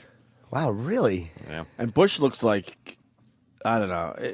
He gives me the impression that he never wanted to be president, and he's so happy he's not Just there like, anymore. he's gotta be That's my pleased dumb, as stupid thought. But he isn't president. I was looking at him yesterday going, this guy I don't think ever wanted that. Maybe he felt the pressure of his mom and his father and all that crap. You Who got to wonder knows? how many presidents loved the campaigning, the competitiveness of it, and then winning, and then was just like, oh, fuck, now I'm the president, and now I have to, like, go to work and do things and be responsible for the country. Yeah. It's like, fuck that, man. But Yeah. they like the competition of the campaigning and getting the gig. I getting there. think Obama. I think that had a lot to do with Obama. He loved that whole thing, and then he got in, and it's like, oh shit, now what? He looks like a much different person too, doesn't he? Oh my Obama. god! They showed a picture. I'm not even while he talking was about the gray campaigning. and all that. I'm just Yeah. talking in his eyes. He just looks like a different person now. Yeah. Oh, here it is. Ooh, Bush family summer home on Oprah. Oprah.com, by the way. George and George Sr. in a boat. Summer day in Kennebunkport, Maine, you're likely to find the two presidents here on the water. You can see the Secret Service boat behind him. Probably a We submarine. always spend quality time with me and my brothers and my sister. This is where 5 generations of the Bush family have spent their summers at the 108-year-old estate known as Walker's Point. Back in 1902, Mr. Walker, my grandfather, my namesake, built this house, and we love it. There's the 9-bedroom main house. Damn. A cluster of smaller guest Kramer cottages. burnt it down with a cigar. tennis court, and a pool. The grandfather from All the the Waltons. cousins come. Truthfully, there are hundreds of them. She looks It's, exactly the it's a same. wonderful Really, really family creepy. place. It's a beautiful place. And it's where you find peace. Yep. Growing up with Mother and Dad Yeah. was an interesting experience. I adored my father, and my mother. I adored her too, but she tended to be the enforcer, and I tended to test her. I was a lively lad, and I inherited a lot of her feistiness. When I was campaigning for governor, I would tell people of Texas I had my daddy's eyes and my mother's mouth. You should be so lucky. See what I'm talking about? We did have some wonderful battles, but he never let us down. I mean, he was a very sweet son. It's only happened twice in history that a father and son have served as president, and it's made for a rare bond between 41 and 43. On the day of George W.'s first inauguration, he and his father met in the Oval Office. It was a powerful moment. We didn't say much to each other. No. He said, Mr. President. I said, welcome, Mr. President. Very emotional, wonderful, rewarding. It's about pride and a guy that set out to do something and did it. It's wonderful. When it comes to criticism of either presidency, the Bush family closes ranks. When you're in it yourself, you get used to it, to some degree used to it. But it's much more difficult to hear when somebody attacks your son. Ours is not a political affiliation. Ours is an affiliation based upon pure love. And so when you see somebody you love get hammered in the press, it is a painful experience. When you yourself get hammered in the press, it really means nothing. That's just part of the job. Unfairly. Well, I appreciate you saying that, Mom. With 6 Bush children and 17 grandchildren, He's scared of perhaps his own mom. there's a possibility of a third President Even at Bush in his the age. family. I don't think so, but I wish there was. I think people are bushed right now. I think Yeah, but that's going away fast. I was hoping my brother Jeb would run, frankly, but he's not going to. So he'd have been a good president. been a great president, but he Well, won't. I've talked to him about it, and he's talked to him about it. But we have other children. Maybe we have the first girl president. Who knows? Mom, I hope you're not announcing your candidacy. Oh, yes. Holy shit. Yeah, that's an He's a insight to hoot. it's an insight to their relationship, though. I mean, if he's calling her yeah. feisty, you know he wants to call her something else. You know, because she's the one person on earth who probably at a table full of people would go, "Would you shut up?" Yeah. She's gotten to fucking boss around 2 presidents. Oh, yeah. She's the most connected broad alive. I love how you think Hillary's the most powerful woman. No. No. That woman is connected. And at what age did she stop aging? I mean, all those old jokes about Barbara Bush, but she hasn't aged since then. At all. She got old at a very early age, and now it just looks exactly the same. Yeah. And it's really strange. They look very accessible, even though they're not. They're surrounded constantly by armed protection. Oh, yeah. But they look like people that you could meet. Right. They really do look accessible. Normal folk. Because you're seeing them with a parent and son. You normally don't see that with presidents. Yeah. The other thing about George Bush, he looks a lot younger since he left office. He looks like relaxed. Doesn't he? Yeah. Do you guys want to hear this clip about the fetus thing that Jimmy brought up yesterday? One of them is a poignant story. What years was the father president? Was it 88 to 92, right? Wait, say that again. 88 to 92 would be... George was 41, George Sr. Yeah, wow. that'd be about right. He hasn't been president for 18 years? Yeah. And how old is he? He's ancient. He's into the 80s, I think. He's easily in his 80s. 85, maybe? Maybe, yeah. He is really old. yeah. But he doesn't look really old. Those guys all last in their 80s because they have great health care and they get checked up constantly. That is true. Yeah. They're constantly being pawed over by doctors. Yes. Unless, of course, they comb their hair with a fucking,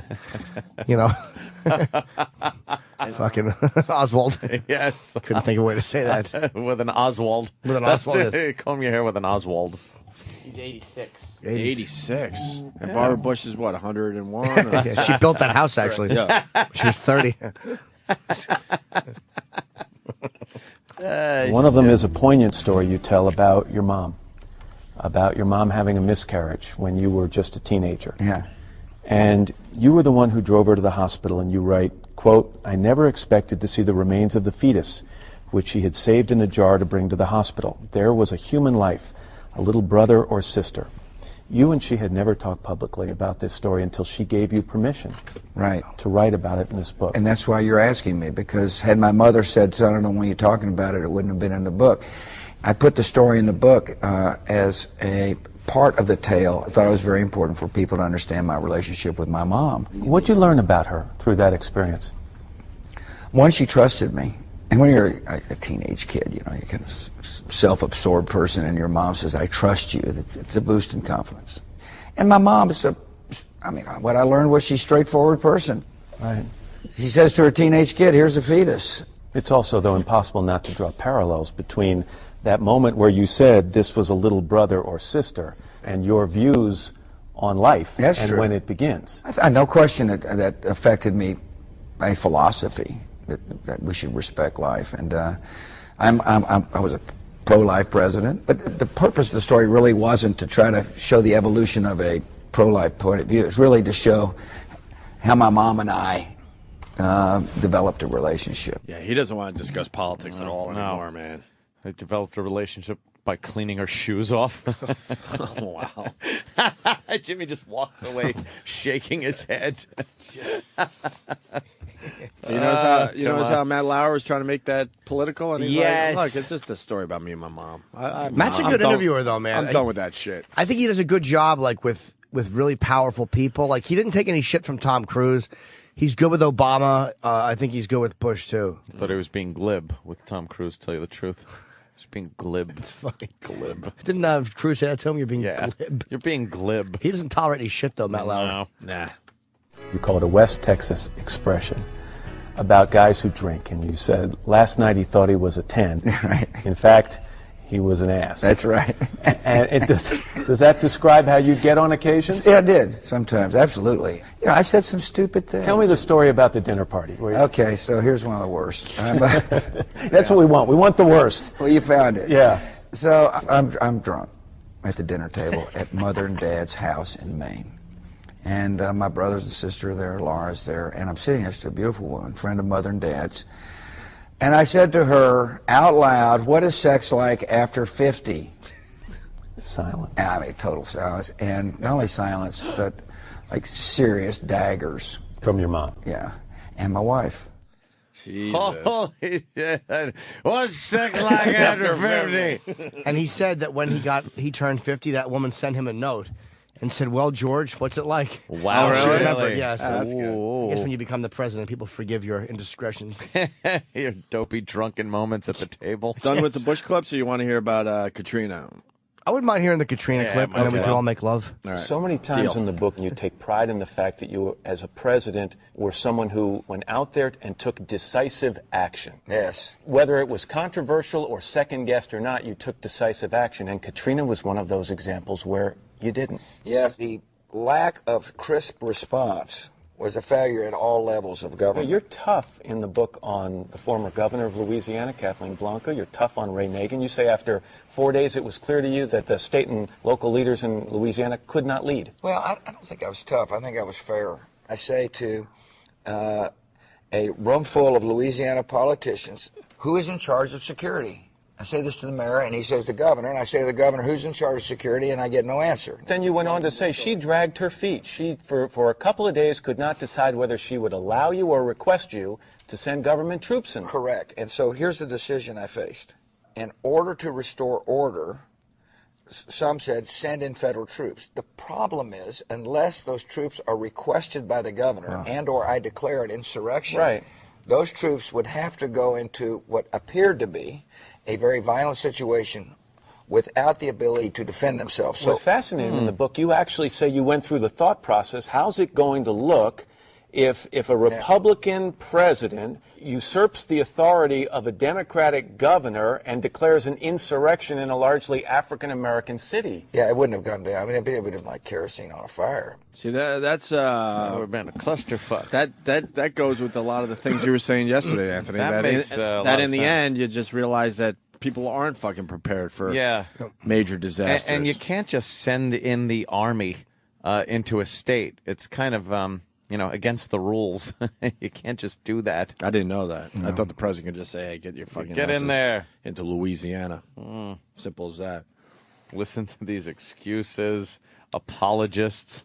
Oh, sure. What? I don't know. Who would say that we're apologists? So What, for us Yeah. or Bush? it's somebody commenting over here. I guess Bush. Yeah.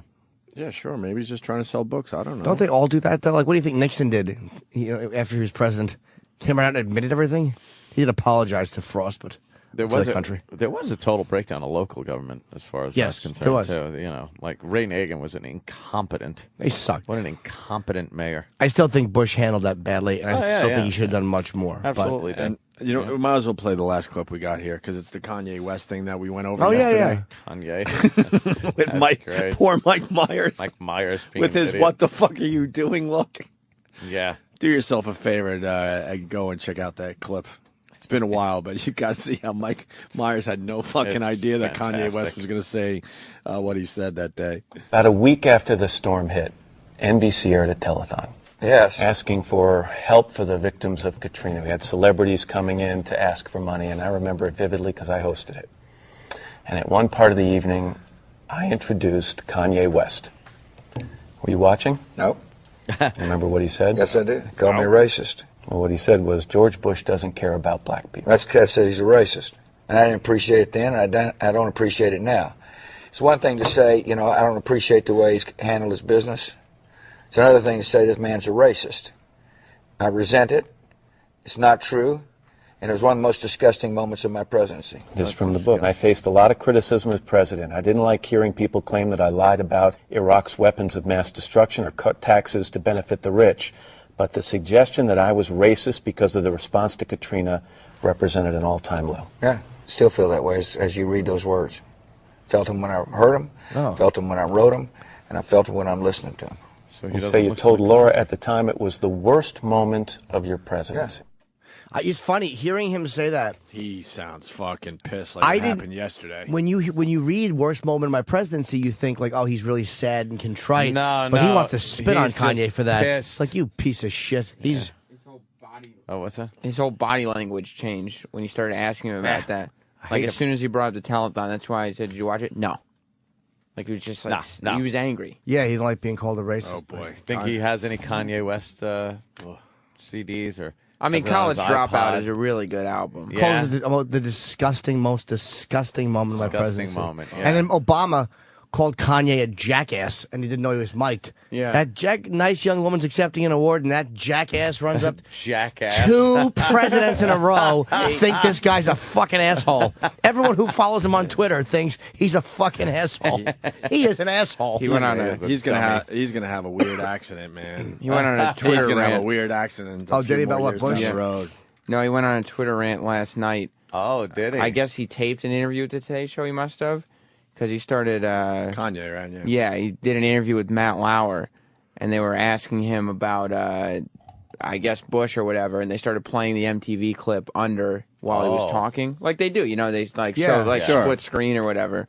And he got real pissed off. He's saying he's not going to do interviews anymore. Why? He said it. He's saying whatever. He didn't like the way Kanye. they showed it while he was talking. I feel very alone, very used, very tortured, very forced, very misunderstood, very hollow, very, very misused. Oh, Kanye is a fucking suburban white girl. Jesus Christ. Congratulations. You have the angst of a white girl. White teenager in the suburbs, you idiot. Shut up. Dunce. I went there to express how I was empathetic to Bush because I labeled him a racist, and years later I got labeled as a racist. While I was trying to give the interview, they started playing the MTV under my audio.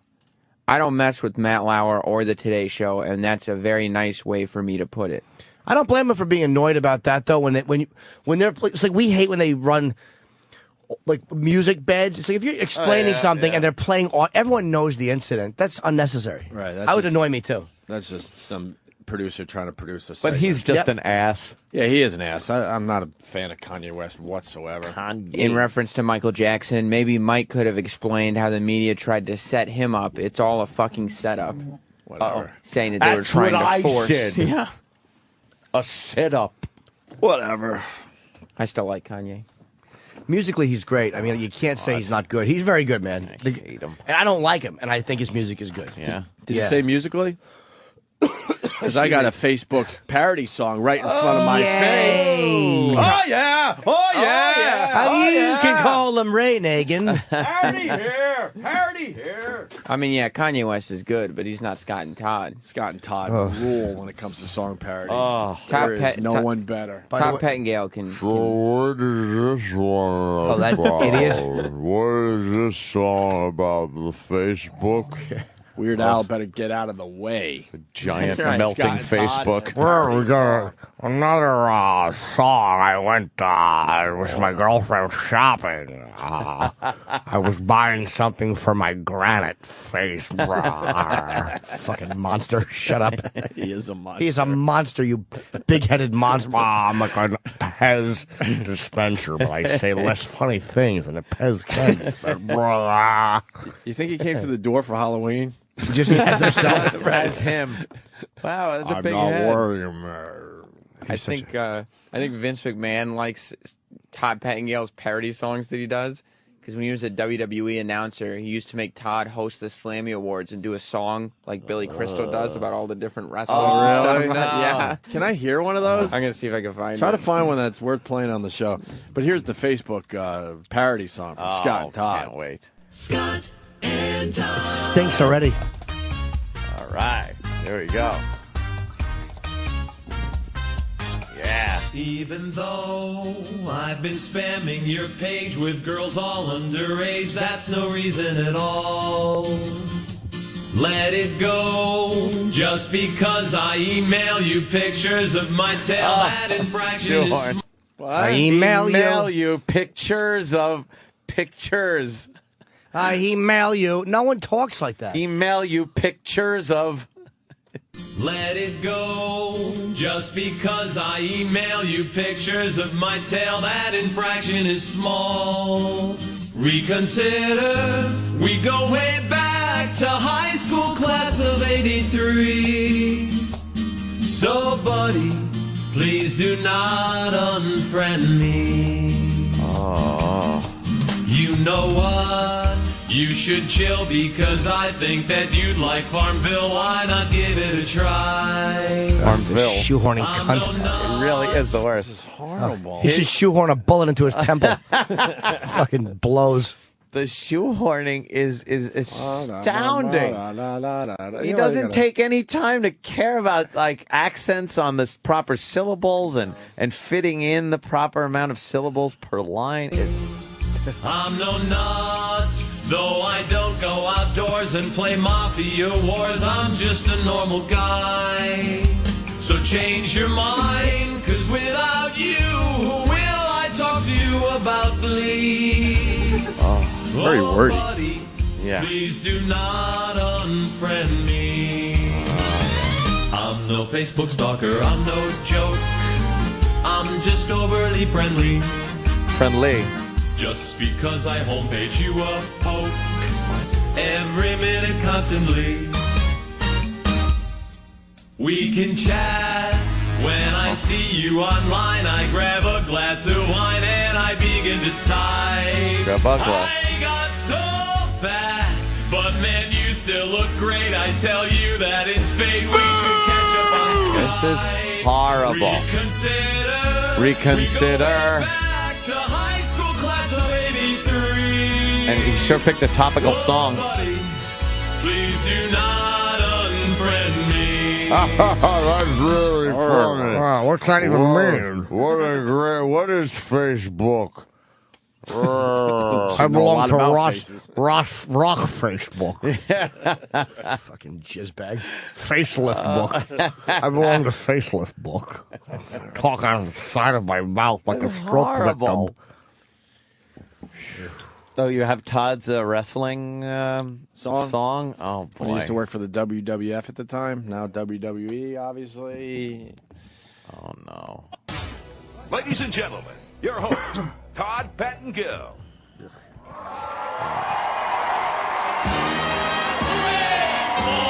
Superstars with their big muscles and their fancy cars. And here tonight we're gonna hand out Slammies. It beats the Grammys. We're live on USA. Oh. He's the sexiest thing that ever stepped in the ring. Shawn is. Shawn Michaels. Look, he's not thrilled. His earrings and hair and his thong underwear. Shawn is. Oh. Humiliating. This is so... Such a hook. I said hook, not hope. Shawn is. He's totally from Cali, a condo in the valley. He should be on Sally. He's gold dust, totally. Oh, God. Oh, shit. I'm douche chilling. You guys see the looks in the audience. He's gold dust, totally. Barely smiling. He walks among the living, though he really is quite dead. Oh, my God. And here's 2 words his manager, Paul Bearers, never said. A fool when darkness falls. Oh! And lightning flashes. One laugh comes from the Oh, audience. it's a total scare. Better bring a fresh change of underwear. It's a night nightmare when the He's getting nothing. Ladies and gentlemen, he's in front of a live audience. warrior is back. Tell me, will you blow your stack? Hey, warrior! Hey, warrior! Oh, no. I'm like your biggest fan, but how much did it cost McMahon? Hey, warrior! Hey, warrior! Oh, Sonny, my dear. Oh, my God. How many dead people is he singing about? Anyone? Those are Double D, Sonny and her beast. Oh, he. Oh, my God. He's dead too, right? Yoko's dead. Who's that fucking guy who sang "Somewhere Over the Rainbow"? The Hawaiian. Yeah, the Hawaiian Fatso. fatty. No, he's not. Here's the story Oh, no. of a man named Bret Hart. Oh, no. Oh, no. To wear pink. This is funny. He's been in something like 5 million matches. Oh. I got that from the fake. Okay. Ahmed Johnson, Jake the Snake, Horowitz, you take the cake. Hunter Hearst, Helmsley, and Savio, you shake and bake. Backlund crawling on his knees. Duke is tossing out the How long is this fucking song? It's almost over. Well, this is a tale about Camp Cornette, the polyester king, with Owen Vader and the dog. It's a not so nice a thing. I They can't screamed take and yelled this. in Los Angeles. I heard them from afar. Cause Cornette would only rent a mid-size rent-a-car. We love the superstars. That's the big finish. Superstars. He stinks. So come on, let's start the show and fire up the burner. Screw you, Ted Turner. It's time to start the show. The Slammy Show. What a twat. Wow, You're covering your face. You got your shoulders up to your ears. You're all right over there. Take things like that. You think it's funny? It's so embarrassing to watch. When I was a kid. Oh, what's that, Samuel? When I was a kid watching that, yeah, I thought that song was the shit. No, did you really? That shit is Did you really? hilarious. Were you like laughing? Yeah, look what he said about Paul Bearer. Yokozuna. I was trying to memorize the words. No! Oh my God, Yeah. you're such a jerk. You stink. I had the Slammy Awards on tape. Well, watch Scott's song or Todd's song again. Oh, God, it's awful. I bet he was real proud of it, thinking he was having a Billy Crystal moment this where is Billy it. would open up the Oscars. He did the same exact thing. He's feeling good about himself. Probably got off a stage, and everybody was like, wow, that was a great job. No. You nailed it. You nailed it. Vince probably started yelling at him. What are you doing? What the hell was that? Just yells at everyone. What are you doing putting everybody's name in a song? You know what the turnaround is with wrestlers here? It was dated before you finished the goddamn song. I fired half those people. And now you're... Every wrestler says that, like, they get told to do stuff and then they go and do it. Like, once they quit, when they come in and do interviews, they say they get told to do stuff and then they keep doing it until one day they start getting yelled at for doing what they were told to do. Unbelievable. Listen, we got to cut this short because we got Kane coming in. I want to take a break before he does that. And people just yelling, Jocktober is over. God damn it. Well, you know. Hey, man, song parodies. We got to do song parodies. Transcend Jocktober. I still want the bedbug song. I desperately need the bedbug song. I'm on the hunt. Kane Velasquez after the break. Velasquez. I just don't know how to say his name. There's no way. It's Velasquez. It looks like it would be Velasquez. Spell it phonetically. Velasquez. Kez, yeah. Kez. With a K. I'm going to put a K right there. Look at what I do. Q-U-E is now a K. A K, and then cross out the U. Velasquez. Yeah. See how easy that is? It's easy. UFC champion. He'll be in studio next. The Opie and Anthony Show on the Virus, Sirius XM. Entering the studio, UFC champion Kane Velasquez. Oh, yeah. What's up, Kane? Welcome to the show, brother. How are you? The champ. Good. Oh, you're not too intimidating. Holy shit. Hey, what's up, Jim? And another Jim. What's up, Gaffigan? Hey, Sit how you down, doing, brother. man? You know Good what? to see Anything you. about UFC? Then sit over there. No, I'm just kidding. Yeah, What are you doing in New York? I'm not saying that in a confrontational way. No. Okay. A bunch of media stuff. Going to be on Good Day New York, Regis and Kelly, those kind of shows. Regis. And these ones too. Yeah. You think I could take him there, Kelly? He'll be saying things like that. Yeah. And then, of course you will. And then you'll just punch him in the face. And I got to be honest. Kane is the heavyweight champion, and I was really surprised. I mean, that you did as well as you did. I mean, you beat Brock up. I think a lot of people were surprised. Yeah. Yeah, there's no doubt about it that you were the better man. There's that whole mystique about Brock he had about him, that he could go in there indestructible, kick everybody's ass. And you went in there and, wow, schooled him. Yeah. I just think, with the hard training camp, they just prepared us really well. Went in there and we knew what he wanted to do as far as his game plan, so we went in prepared for the fight. Yeah. What do you think he wanted to do? Like, because it seems like Brock's thing is to get on top of you and then just use his weight. Is that what he wanted? Yeah, we knew he wanted to do that. We knew that he would go forward with a lot of pressure. But it kind of surprised me how much pressure he did put on me in the beginning because he ran up to me, and that he came that right kind of threw me off my game a little bit, and then I just had to just tell myself in my head to regroup and then. Just to relax. But. Was he stronger than you thought he was going to be, or not as strong? Because there was one point where Kane was up against the cage. Yeah. And I'm like, oh God, do you not want to be there? Yeah.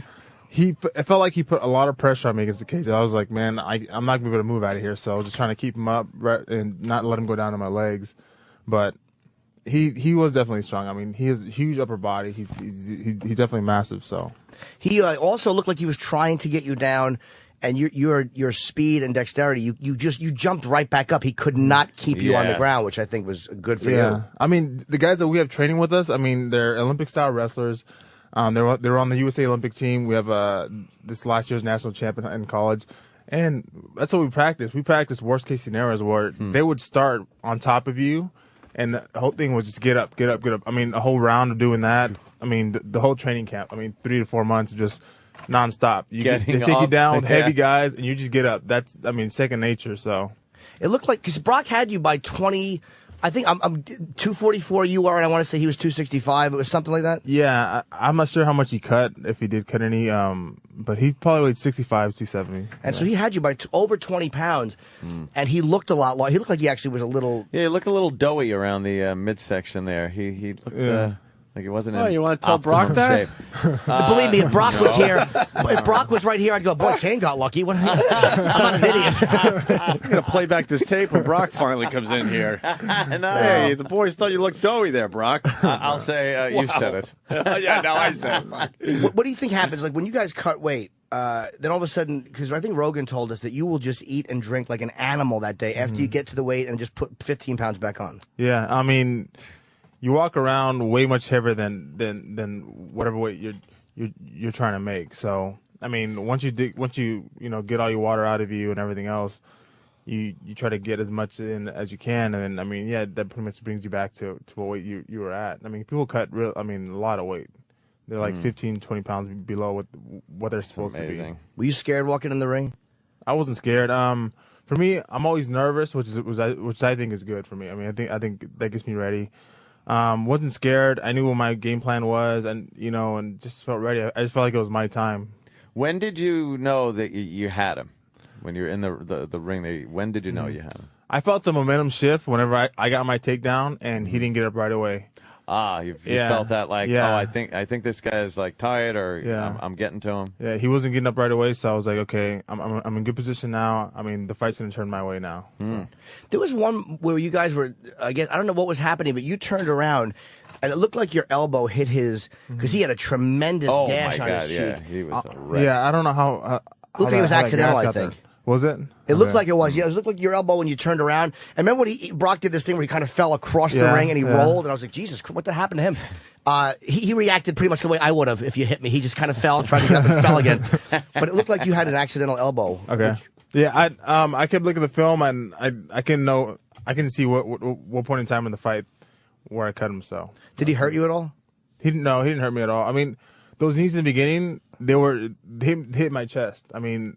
if you want to do damage on somebody, you pretty much get hit them right in the stomach, where you get the air out, or in the face, pretty much. In the chest, I felt it afterwards. That's when my body cooled down. My chest was so sore, just like getting up from laying down. That was painful. But during the fight, it's not gonna hurt. No, it didn't. Yeah, it looked like he was a little kind of coming in a little bit crazy and sloppy. Like instead of, it looked like almost like he just took you a little. Not like he took you lightly, but after Carwin is such an animal, and after he survived Carwin's thing, I don't think that he planned well enough. He figured he would just come in and kind of bully you onto the ground and fall on you. Yeah, I think he did. I think in the beginning he just come out. He tried to come out hard and do as much damage as he could. And I think for me to get me out of my game plan, because it surprised me. I was like, whoa, what is this? It was like I blinked and he was already to me. Yeah, that definitely got me out of it a little bit. Charging at you. Yeah. That was. Imagine looking up and seeing that coming at you. I know. Oh my God, I couldn't imagine. Yeah. Does he hit harder than other guys though? Because I don't think he's knocked anybody out by punching them. I think his whole thing is getting people down. How does he hit compared to other guys? He hits hard, but his thing is to get people down and punch them. He takes people down, and last time when he fought Mir, he took him down and then knocked him out with a punch on the ground. To do that, you have a lot of power, because the more power you get is when you're standing and you get to throw your hips or your feet and everything into it. When you're on the ground, you can only throw your arm into it and your shoulder. And he knocked out Mir like that. And that just shows he has a lot of power there. Yeah. Yeah, that was an awful Frank Mir beating, because he had Frank almost. It was like a schoolyard thing where Frank's arm and head were just showing, and Brock's fist had free range. Like, wow, what a shit place to be that is. That is really. I'll never understand that when I'm watching. Even the short little throws that you get when you're on the ground to the side of the face is like, or the little, even the little kicks. How is the that little just kicks not to the thighs knocking knock you us out? I'm just a pussy. Yeah, we're pussies That's what there, it is. Kane, I is what can't we're take, trying to tell I you. got a glass jaw. Yeah.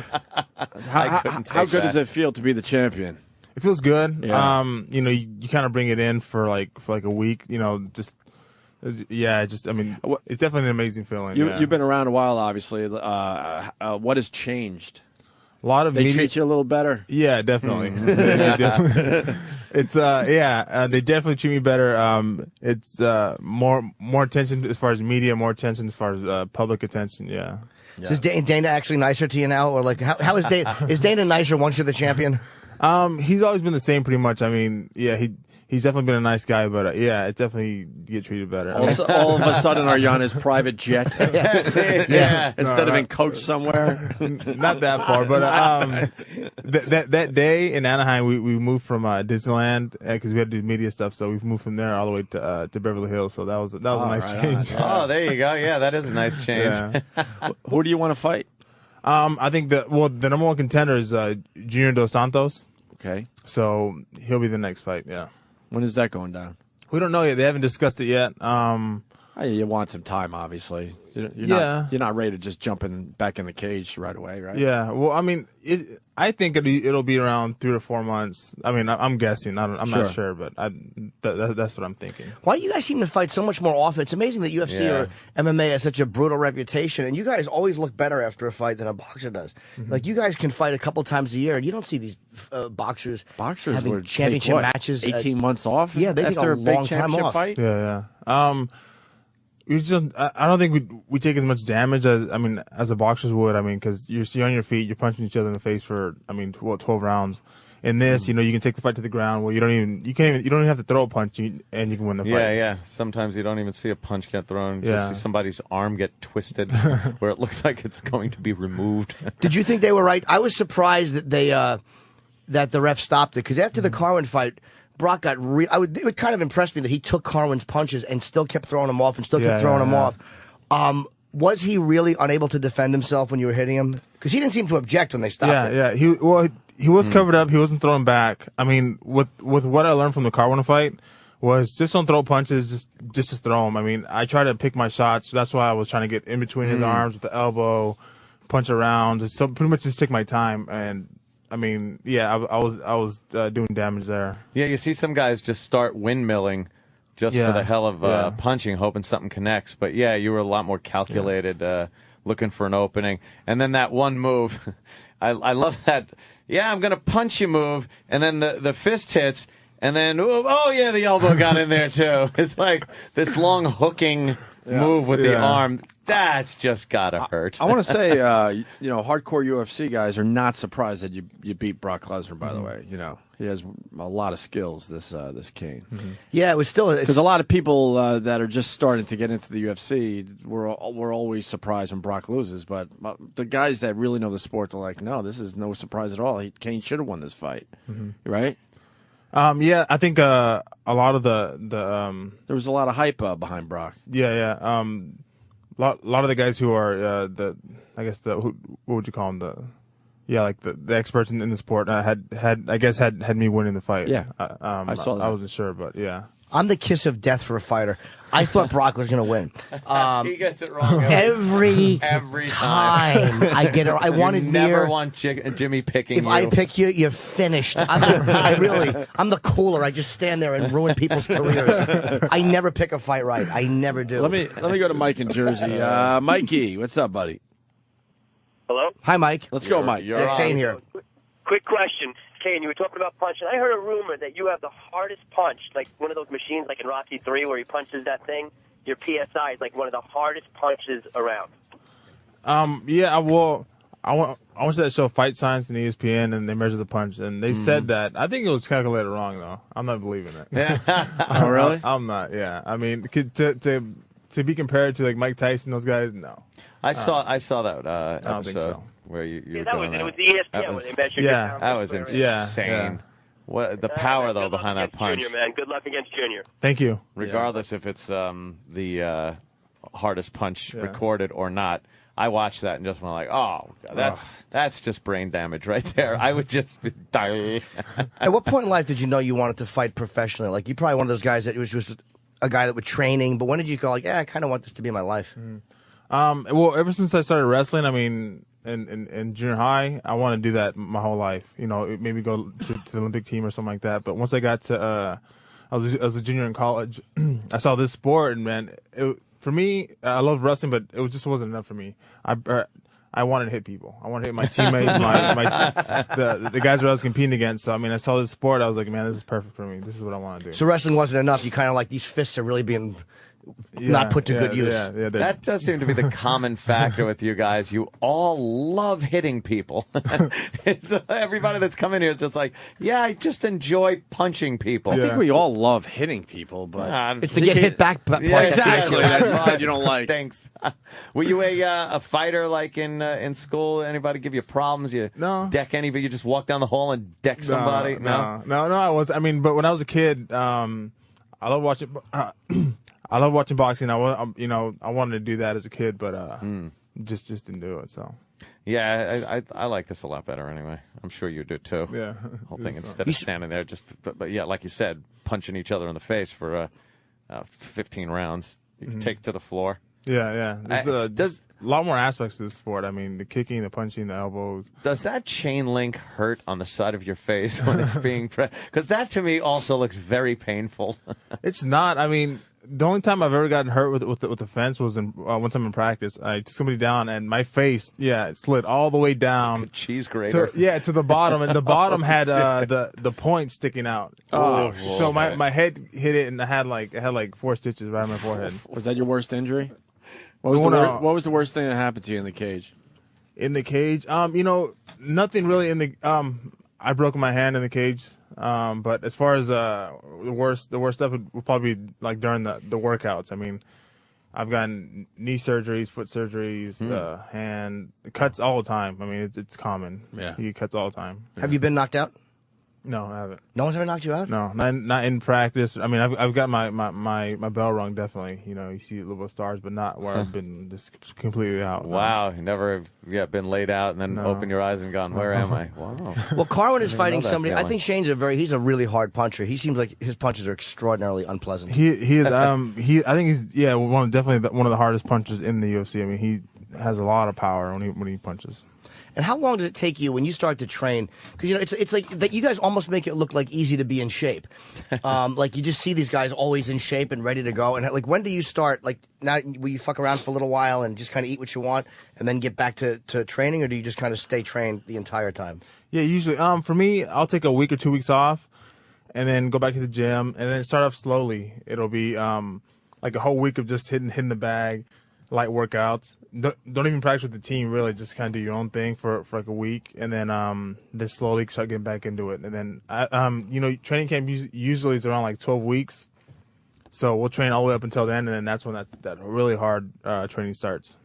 I've always wondered this too, as somebody. I mean, you may look at me. I look like a fighter, but I'm actually not. And it's always weird asking a man questions. But it's like 3 chicks. What's it like to be strong? What do you do? Do you ever have to shit when you're fighting? That has always been my greatest fear. Besides getting beaten up, that I would have to shit while I was fighting somebody. There's certain in the like getting ready in the back room, there's certain guys that have certain things to do. Okay, rituals. Yeah, well, that just don't have control over it. I know one guy. I'm not gonna say any names, who always throws up in the back room before he goes out. Like they're just a mess. They don't really want to go out there. Wow, nervous. Yeah, really nervous. Throw up. I have another guy I know who pees the whole time back there.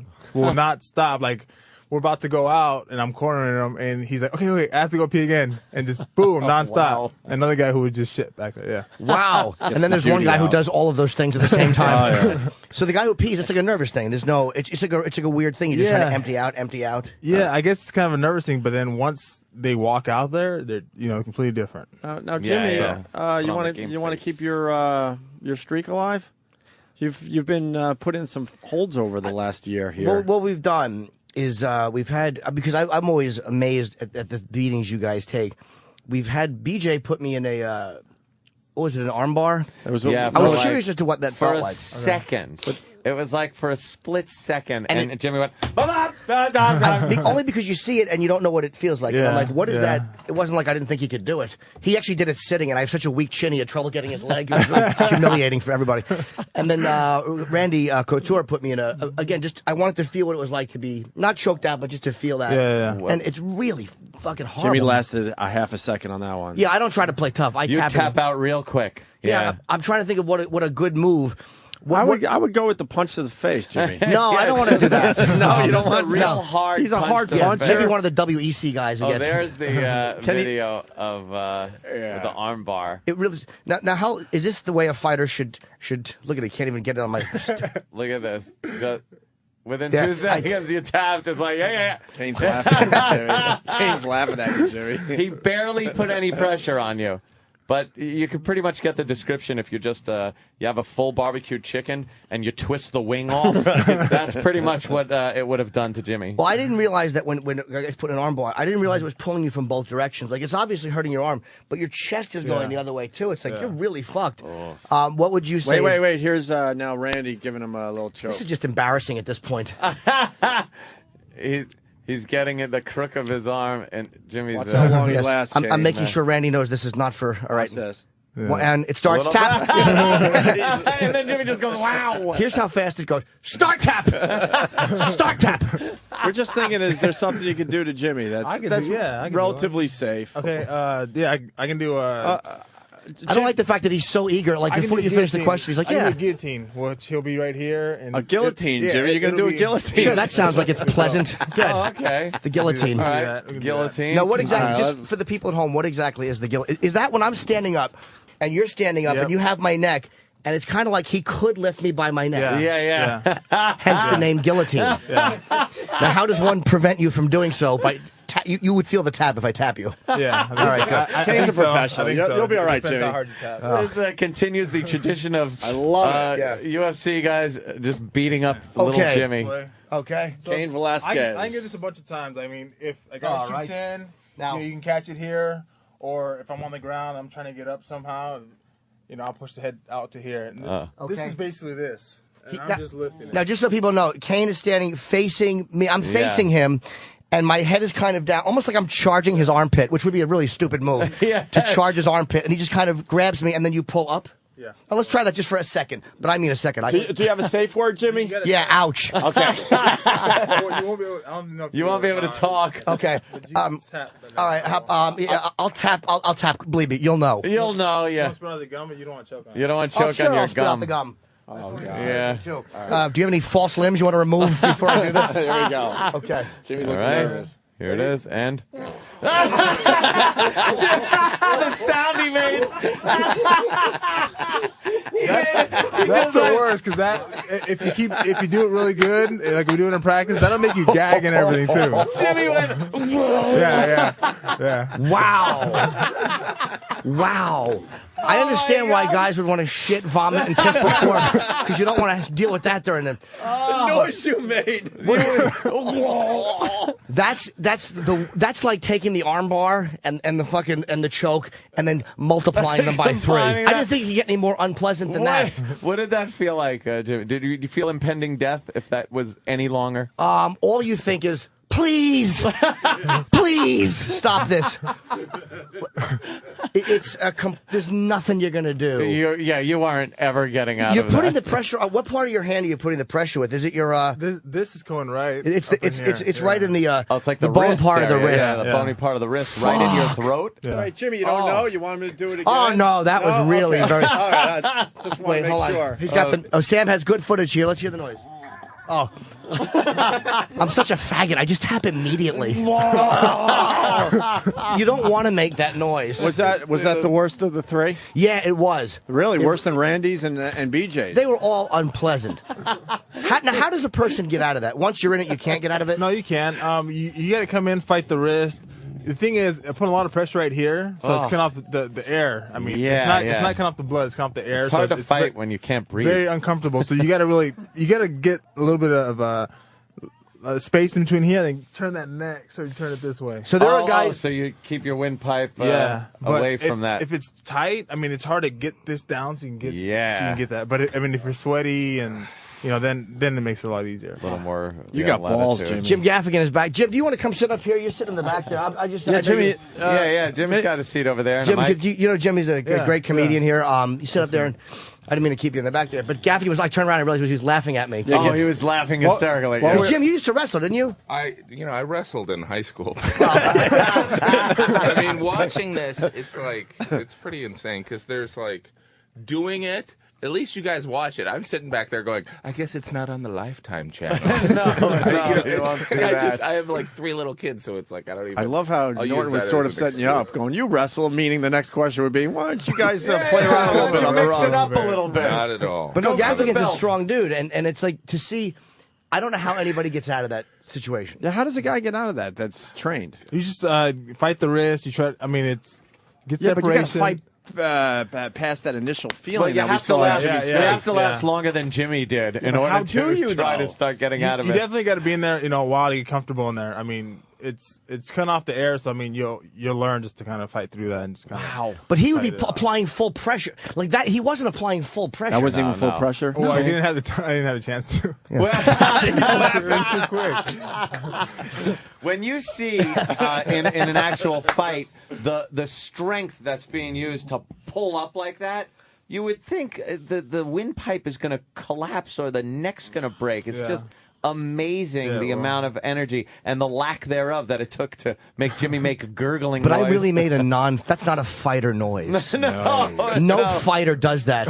You sound like a baby that dropped his nook. How about we talk a lot about Fedor. I'm surprised he didn't go to UFC, but a part of me thinks that he might have been. The more I see the heavyweight division in UFC, a part of me thinks that his people might have thought he was going to lose to some of you guys. I don't know. I mean, for him, I've always looked up to him. I think he's always been definitely, the best heavyweight out there. As far as, just because he's always mismatched in his size. He goes out there, fights guys who look a lot bigger than him, but he has so much power. On the ground, he's so good. So, I think he's definitely one of the best always out there. What was it that tapped him? What the guy's name was? Wordham? Who tapped him? Verdum. Tapped him out with a triangle. Yeah. Which is what? It's the guy. What Fedor does, he knocks you down, then he gets on top of you and he really pounds you. But this guy seemed like he almost set him up for that and was trying to get him. Yeah. And a triangle is exactly what? He had that hold as a triangle. It can be a choke, but then he also had the arm too. So he was cranking on the arm also. It's when you're on your back and the guy is like leaning in, say he punches you, and then you triangle your legs around his arm and neck. Arm and neck, So you're cutting off his air and twisting his arm. Yeah. And he seemed like he didn't want to tap. It could look like you're getting your ass handed to you, and then in a split second, the other guy's going, I've had it, I've had enough. And sometimes you look and go, what just happened? I have no clue what happened. And you check out the replay and go, wow. That was a fast move. Legs wrap around, the arm goes, and you're breaking the guy's arm. Yeah. I mean, it's definitely that quick. But I mean, Verdum is really great on the ground, and I mean, he has a long leg. So I mean, standing over him, throwing punches. I mean, it's dangerous. You look like a guy because Kane's a really nice guy, but in the face. Really does not fucking play games. You can see that. As we're talking, I'm looking him in the eye, but I'm trying to let him, friendly talk. You don't want a fucking fighter to think you're making eye contact. I was on the elevator with him, and I looked at him and I was like, this man has killed people. I was like, this is someone I'm going to be very gentle with. I'm like, all right, but I don't have any questions. All my questions feel girly. I'm like, what color shorts do you wear? Well, you got to ask him one question. We're not having manly questions. I just have to imagine there has to be someone who punches you where you're just like, Christ, I didn't know that guy was that strong. And it's got to psychologically, kind of you have to recalibrate everything. Or is it just kind of like you're in the zone and you're just going? I think that depends on the person. I mean, there's guys that will get hit and pretty much crumble under the pressure, and there's guys that will get hit and I mean it won't faze them. You know, I definitely feel like I'm one of those guys in training and stuff like that. I mean, you get hit. I mean, it's like, okay, now I'm gonna give you yours. That's the type of thing. Yeah, because you would think you'd get hit and go like, oh no, I gotta fight this guy for how long is this? Yeah. Is it one of those things if you lose your temper in there, you're lost, or does your temper kind of inspire you and then you are going on adrenaline and you're just tearing the guy apart? I think if you have a game plan, you have to fight as far as being a calculating fight. You can't fight as far as being an emotional fighter. Right. You got to have a good balance between the two. If you're just going out there throwing wild punches, that's not good. I mean, it's just like in boxing. It goes, guy's really wild, sloppy with his technique. He's pretty much going to get beat. He's going to get knocked out. I think a lot of people have a problem making the difference between that. Like you said, a boxer, you've seen boxing where the guy comes out and he's just sloppy. And you go, wow, this guy is going to get his ass handed to him. But I don't think a lot of people get the finesse of mixed martial arts where that does happen, where because it's hard to tell if someone's being sloppy. To be quite honest, because there's a lot of rolling around going on, a lot of just punching wherever you can and kicking. Unless you really know the sport and are really in it all the time and know all the technical stuff of it, you can find little stuff here and there of that. So. Let's not forget we got an MMA expert in studio. Actually, Mars just loves the sport. He's an expert at it, and he usually comes up with the best question when you guys come in here to hang out with us. He comes in black and blue. Mars has been preparing all day for this. He's a little nervous, but look, he's even wearing a UFC shirt, as you can see. Mars, you a respect for Kane, I would hope. Yes, Kane. Congratulations, by the way. I wasn't prepared to ask you any questions. He's just being, Oh, yeah. But he was prepared. On the spot, I will ask you, when you get to fight Dos Santos, you say his boxing skills are better than yours, but your boxing skills are pretty up to par. Oh, thanks. Well, up to par. Up to par. He's the UFC champion, so you're all right. Thanks. Yeah, up to par compared to Dos Santos. You cut the mustard. All right, that's nice. That's terrific. That's Mars. That's something to say to the UFC champion. He's the champ. Who beat Brock Lesnar. Hey, your boxing doesn't suck. It's up to par there, Kane. There's something to take home with you. Kane, feel free to just punch him. Yeah. So you think that I'm sure that you're going to stand up with him for a little bit, but he's also very hard to take down, and you're going to go ahead and you're going to try your best to take him down. How's his skills? No need for Kane to answer. That's why I love Mars. He asks a question and then goes right on. He gets so nervous. He's actually peeing, crapping, and he's going to puke in a second. Right. Hold on. He's looking down and he's fidgeting with his hands and the wires. And yes, Mars has credited your moderate boxing skills. And somewhere in here will be a question, by the way. Yeah, man. Well, Go ahead, Mars. He's reacting like this because he knew you guys were going to do it. He's like, Here it comes. How's Dos Santos' ground game compared to yours? Pretty much haven't seen his ground game, but yeah, definitely. I think he is the best heavyweight boxer that there is in the UFC. But for us, we got to utilize everything that we know as far as boxing, kickboxing. We get through a lot of kicks, punches, mix it in with the wrestling too. If the takedowns are there, definitely take it. But nothing forced. If you try to force a takedown on somebody like that, you pretty much go into some trouble. But we haven't seen his ground game yet. So yeah, but we definitely plan on doing everything with them. Mexico is a huge market now too. I think didn't they just open it up? Didn't you put it on free TV or something in Mexico to kind of get the country interested in the kind of tremendous amount of viewers? He's a smart guy. A lot of viewers. Yeah, a lot of viewers there. It seems like it's growing more and more every time I go down there. Just more and more the people are educated in the sport. So You got family down there, King? Yeah, I do. Obviously. Well, it's look, Saudi Arabia, London, Mexico. Have they done an event in Mexico yet, or they've only showed they haven't it? done one yet. No, not yet. Do you see your defense being there? How cool would that be? They maybe we'll see what happens. I'm not really sure what time frame they're looking at, but yeah, they definitely want to go down there. Yeah, because he seems good at putting guys in like their wherever they're from. He seems good at doing that. He just did the Hardy fight in London. He just seems really smart at getting people who are interested in this. I guess predominantly American sport at this point. Yeah. We should get Kane out of here. He's got a lot of TV. Do you have press to do? Do you have TV? Yeah. Okay. Oh, I wanted to hear more Mars comments Mars. on Yeah, his, how about on Mars? his Mars, marginal follow-up question. skills. You're right, Anthony. I'm sorry. Anything? You want to criticize his kicks or anything like that? What do you want to do now, Mars? Were you impressed by the choke thing he did with Jimmy, or was that just adequate? Yes.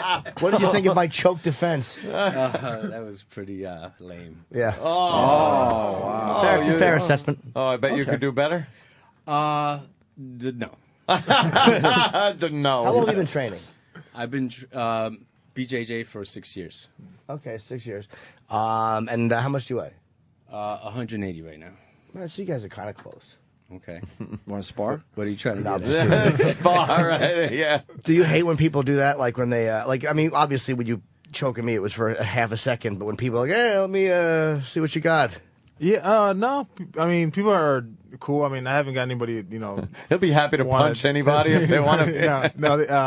No, people have been cool. How does it feel to walk through life knowing you can beat up anybody? I just want to know how that feels for one day. That'd be great, and I'd have to just... No one fucks with you. Well, they probably fuck with you, but you can take care of almost any situation. Mm-hmm. You can take care of yourself, yeah. Or it's no big deal. It's just... Or are people intentionally, because of your... position, are people like you're at a club and there's some dick kind of like coming after you? I had before I while I was fighting, I've had 2 fights for other organizations. I was bouncing at a nightclub. I've never had anybody do that to me, so I think I don't know if I come across just being. You've come across smart people. Yeah. Is what happens then. No. You've come across people that are very smart. But as far as working there, I just learned how to talk to people. People are drunk. You don't want to put your hands on them, stuff like this. Do something stupid like that, or talk to them in a demeaning way. So Is that in the back of your mind at times that it's like I gotta kind of be responsible because I could legitimately kill somebody? Definitely. Just a civilian. That could definitely get me in trouble. People, Go, in the street or anywhere. Try to test me like that. That could definitely get me in trouble. But I don't know. I just live my life the way I do. And you seem like a very kind of mellow, chill guy. You're much nicer than I would be if I could fight. I'm only nice because I'll get the shit beat out of me. That's the only reason I'm not. If I had the ability to do that, I would just do nothing but eyeball people and do nothing but look for conflict. You want some of this? How about the women? Women love fighters. That's just.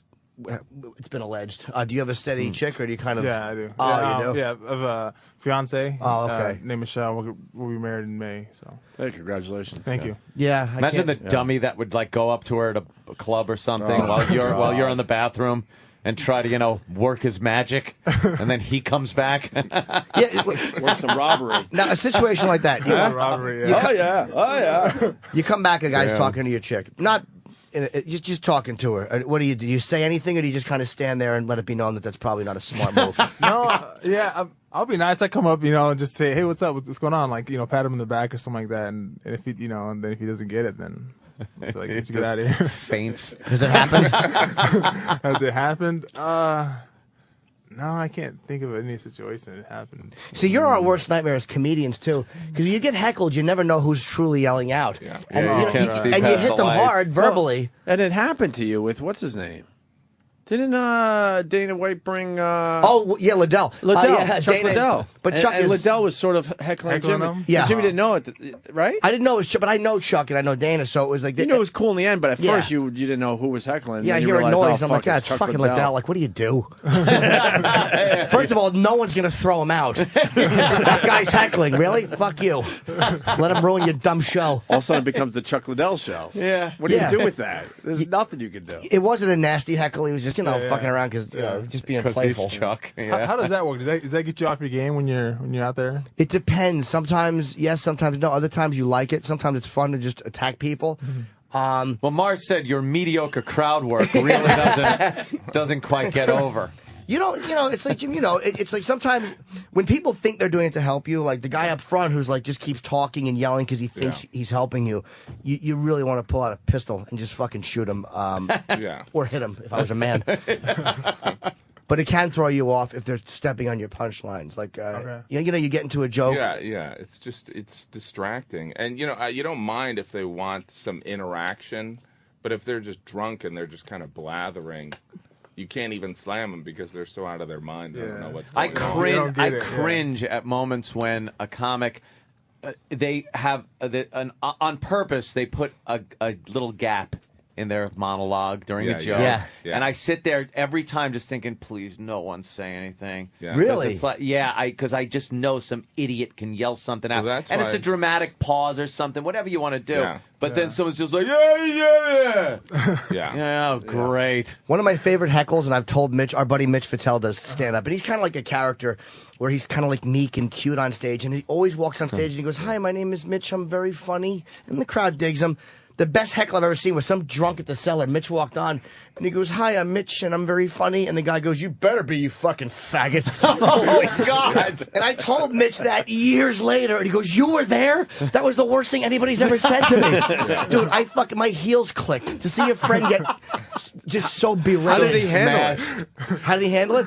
He was like, I don't. He handled it. Did he get out of it? Yeah, but it threw him because no one's ever been That's that mean bad, to Mitch. man. Just flat out unnecessarily cruel. Completely unnecessary. Kane has to go, Oh yeah, he has to go. He's He brought the really gotta championship belt in too. I know, yeah. What is I would it, like to size see it real quick 32 before we or go. 38? Velvety case or leather. What is that? Yeah. Kind of suede. I don't know what this is. Ooh. Wow. It's the jewels from the belt.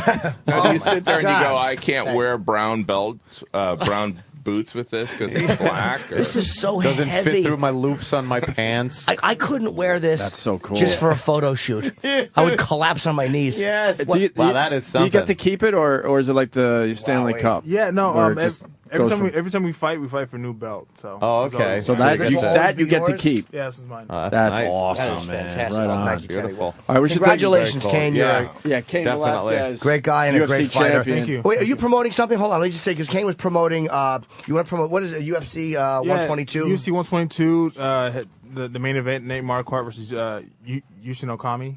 The co-main, George Rivera, which is from New York, and Alessio Sakara. And it's being shown on, when exactly is it? I know we have it. I think it's Ask Jim. Wow, I don't know This either. Saturday. Saturday. Yeah, Saturday. This Saturday, what Spike time? TV, 9 p.m. Eastern. And it's being shown for free. 6-hour tape delay, so It's from you might Germany. want to turn Oh, off. okay. Yeah. You might want to turn off your Twitters Turn off and Twitter. stuff. By the way, Kane MMA on Twitter. if you wanna follow. CAINMMA. CAINMMA. Right? Right. Yeah. Right. Okay. Thanks. We'll be back with Jim. You can stay for a little while, right? Yeah, yeah. Okay, cool. We got Jim, Gaffigan. we did the plugs, Mr. Jim Byrne there. Okay. Look, the look at mustache. you and your mustache, you creep. All right, we'll be back in a minute. Yeah. The Opie and Anthony Show on the virus. Sirius XM. I must admit, I can't explain any of these thoughts racing through my brain. It's true. But baby, I'm howling for you. Da-da-da-da-da, da-da-da-da, da-da-da-da.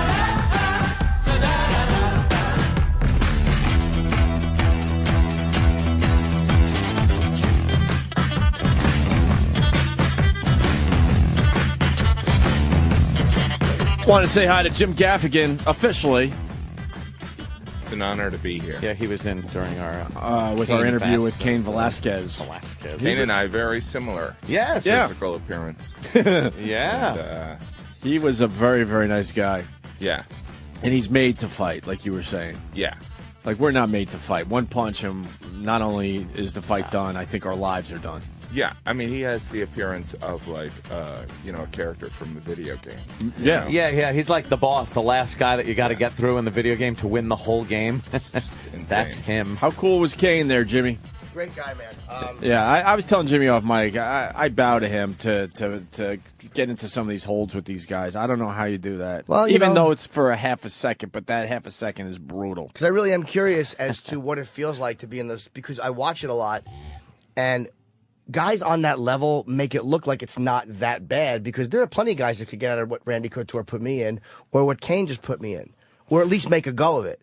But it's like on my level of fighting, which is 0, it's interesting to see how badly a guy could fuck you up if he wanted to. Wouldn't it be amazing to see how long you would last after the bell rang in the cage? Like, just his face. No Jim interest just went, oh, God. Like, I actually suggested doing it. It's like, oh, God. I'd rather try to I ride. don't even want the universe to accidentally hear that. And like a chain of events lead up to it. It's like, well, you requested it. No, I didn't. It would be as long Hey, as you it asked took for this. for the guy to get to Jimmy. I'd rather. I think I'd rather ride a bull.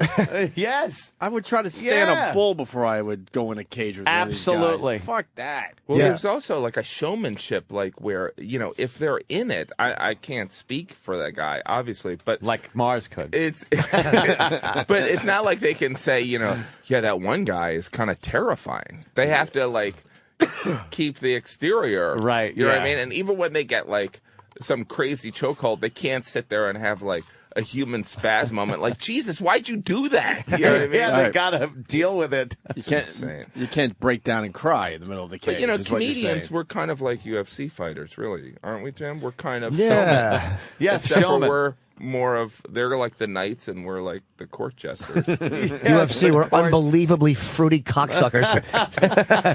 Compared to that, but then again, what we do scares them on a certain level too, because no UFC fighter wants to get on stage and just stand there and tell jokes. He would just beat people up. That's what we tell ourselves. Laugh. Yeah, there is something like when people, that's like the hardest thing in the world. And I'm like sitting next to this, to Cain, and I'm like, no, there's something much harder. Yeah, I always love that thing that everybody says. It's like, and the number one fear for everybody is speaking in public.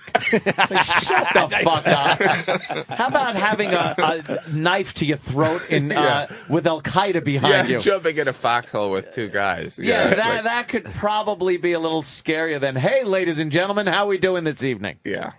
Speaking after a dinner party. Right. Yeah, go giving a toast. I think I'm a fan of Cain's now. I think a lot of us wanted Brock to win the fight for whatever reason. We were more familiar with him. And, we're more familiar because we don't know the sport as well as others, I would say. And you just Although want that Jimmy's whole pretty myth knowledgeable to keep going. Like, I wanted to see him just chug along like a early Mike Tyson thing where it's like, oh, he's fighting again. Right. Let's watch someone get their ass handed no to one can him. beat him. I want to see him wrestle a moose.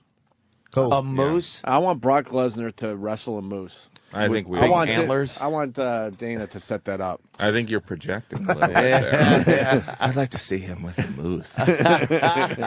When you look at Cain's, me and Marge were talking about this in the hallway. It's like when you look at Cain's brow. Oh yeah, it really is like almost a fucking Cro-Magnon. It is brow. that like, is like a caveman kind of a thing, There's a which man- I would never say if he was still sitting. But that's here, not by even an the way. insult. He would probably acknowledge that. It's like there's a certain. He has the face of a fighter and the head of a fighter. Like, you're not knocking him out with an average punch. Is it true a lot of these guys don't really lift a lot of weights?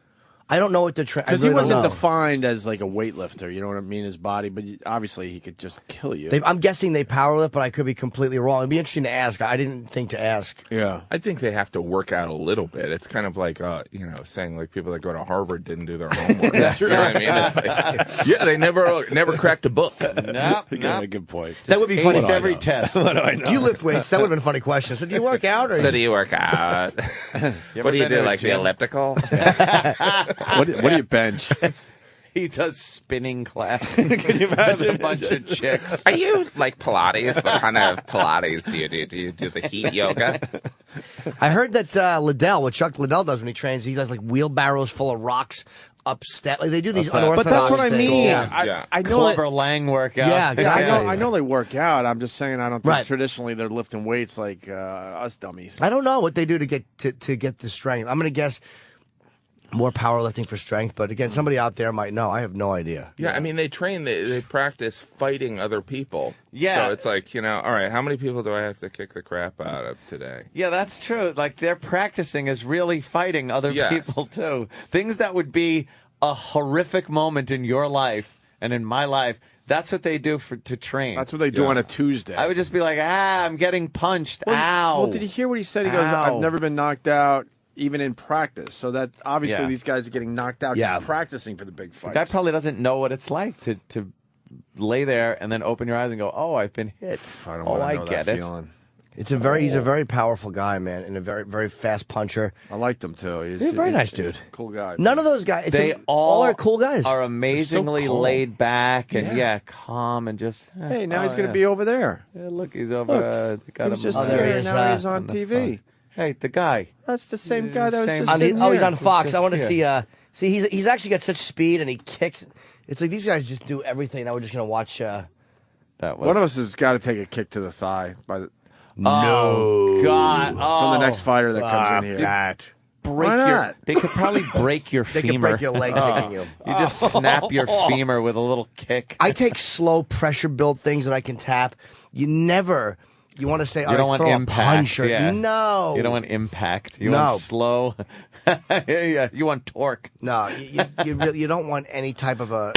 I I do can bow to imagine Jimmy because I did get choked out once up there in Boston by Steve Richards or Stevie Richards from the WWF because I was the asshole. Who laughed at gaffing you? it. Triple H? Did he go? Everybody laughed at me. Everybody you got laughed at choked me. out by Stevie Richards. I'm an asshole, and I took it a little too far with the wrestling guy saying, I wrestle. I was one of those idiots. So in Boston, we were at a gig, and backstage, it wasn't even in front of people. He fucking got pissed and lifted me up in a chokehold. And it was the most horrifying 2 seconds of my life. It's like Andrew WK. Yeah. I learned my lesson. I fucking learned my lesson. Yeah. My throat hurt for weeks after that. To this day, I think he did something. Permanent damage. I don't know, maybe a little fucking. I'll sue you. I trust these guys more than A wrestler? WWE. Yeah, because they're choking you for wrestlers can choke you. For Didn't real. Belzer get choked out by? Oh, yeah. Who was it? It was Hogan. Hogan. He sued him too, right? Yeah, Oh, Hulk yeah, he Hogan. did. He said something like, "All right, well, put me in a headlock." Hogan and Mr. said, T were on. Yeah. Yeah, and Hogan said, "Okay," and he put him right to sleep. Put him in a sleeper And hold. just Dropped him Belzer to hit the floor. right on TV. Cracked his head open where he needed stitches, and he woke up and just said, "We'll be right back after these Yeah. messages." The other one was who's John Stossel and Dr. D. Dr. D. David Schultz, yeah. We say Dr. D. He's like, "Well, isn't this all fake? Isn't this all phony?" And Dr. D said, "Is this I'll fake?" show you fake. And he slapped him right in the ear. Oh, and just, ow! just open him. You know that must have just went forever. You're probably still hearing There's that got to one. be a constant threat of lawsuits, I would think. You would think. It's like, like you're in a bodega with this guy. Yeah, There's got yeah. to be scumbags that are like, yeah, he bumped into me in the bodega, and now I can't walk. Yeah, the constant threat just looming that you're going to be sued. Sure. For anything. That's why I was saying to him, like, what do you got to know you can literally kill someone with your hands. By the way, Jason Ellis definitely he had Fedor kick him. When? Oh yeah, on his show. Recently? I forgot about Yeah, that. but he does that. Was it recently or a while ago? But hold on a minute. Let's go to Derek in Iowa. And if he had any balls, he would let Fedor punch him. Derek. He does Hey, man. ultimate fighting. Yeah, but still, it's Fedor, and you're getting kicked in the thigh. I should have asked Fedor to put me in a move. How bad was the kick, Derek, when Jason Ellis took it from Fedor? He's actually got it on YouTube. You should check it out. It's pretty brutal. He gets there and he braces for it, and Fedor just drills him with a kick, and he just falls directly on the floor. Yeah, and then Pretty bad. and then there were pictures of how purple his leg got, man. Let's see. It was pretty bad. It was pretty bad. Oh my God! I mean, that is. We were just Thank you, watching Derek. the Richard Belzer Hulk Hogan. Why would he let him thing fall on the floor? that Why happened. would he let him fall? This is the difference. Now Hulk is putting Belzer in pretty much the same thing. A guillotine. This is exactly what Jimmy just took. What Jimmy just took. But now Belzer, you could tell, wants out. and Hulk is having no part of it. The other reason that you can't like have wrestlers put you in moves is because people don't take wrestlers seriously. They think they're wimps because it's not competitive fighting. So they have something to like prove. nobody thinks that a UFC like Jim didn't say put me in a chokehold. You're not actually choking anybody. Yeah, So yeah, like it's when you tell fake. that to a pro wrestler, like okay, I'll put you. Like they're interested in protecting the business. Right, Is yeah, what there's it's some called. anger. There's no tapping out with There's these some guys. anger involved with it. Like when Eastside Dave wrestled this guy Danny Doring at the Hard Rock Cafe. Eastside Dave always tells a story. He said the one thing he told me to do is when you're giving somebody a clothesline, always in the chest, never the throat, because you know you can hurt your throat. Yeah. And Eastside Dave said the minute the bell rings, Danny Doring winds back and clothesline right to the Adam's apple, just to let him know you can't just step into a. Yeah. You're not a professional, and I'm going to prove it. Unbelievable. Yeah, I want to see that. Wait, I want to see that. And when video. was that Fedor kick? Was that recently or a while ago? You lose track of time when you sit here day in and day out. I wasn't doing that back then, but I should have got Fedor to put me in. It was 25 years ago. It could have been Was last it week. 25 years ago? This is like prison. It was either last week or 3 years ago. I don't know. Here it is. Watch this. I haven't seen this in a while. This should have more than 4,000 views. Yeah. Affliction fought, and I'm the beard guy. I'm moving around. You're like, come on, little kid here. Yeah, there you go, right there. Watch this. Oh, yeah. Wow. Oh. Wow, It goes one more? You don't say one more to Fedor. No. One more. That's crazy. Get the fuck out of here. Oh my God. Oh, he's trying to. No. So you want Fedor to hurt you?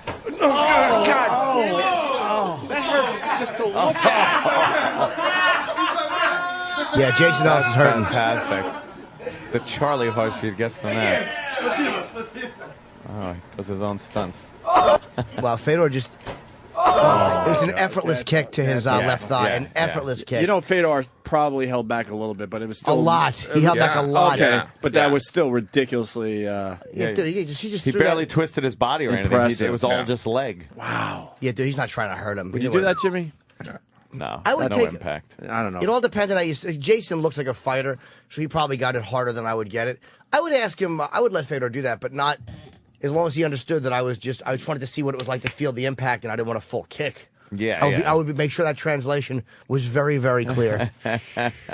You know, you got to let these guys know why you're not doing it. Too. David Schultz. David That's Schultz. right. Is he still alive? I remember Yes. seeing this On one. the camera reading, he ain't in it. He's Read got these rednecks this- out here ain't in it because it's a tough business. Oh, shit. That's terrific. What, is that all you got? I'll ask you the standard question. You know, Standard question. Here I we think go. this is fake. You think it's fake? Holy shit, he put him right on the ground. You think it's fake? Oh, my God. shit. Jesus. He's bitch slapping Good for John him. Stossel. You know, Gotta protect the steroids- business. And John Stossel just Hit him ran twice. away. You gotta He protect ran the business. away.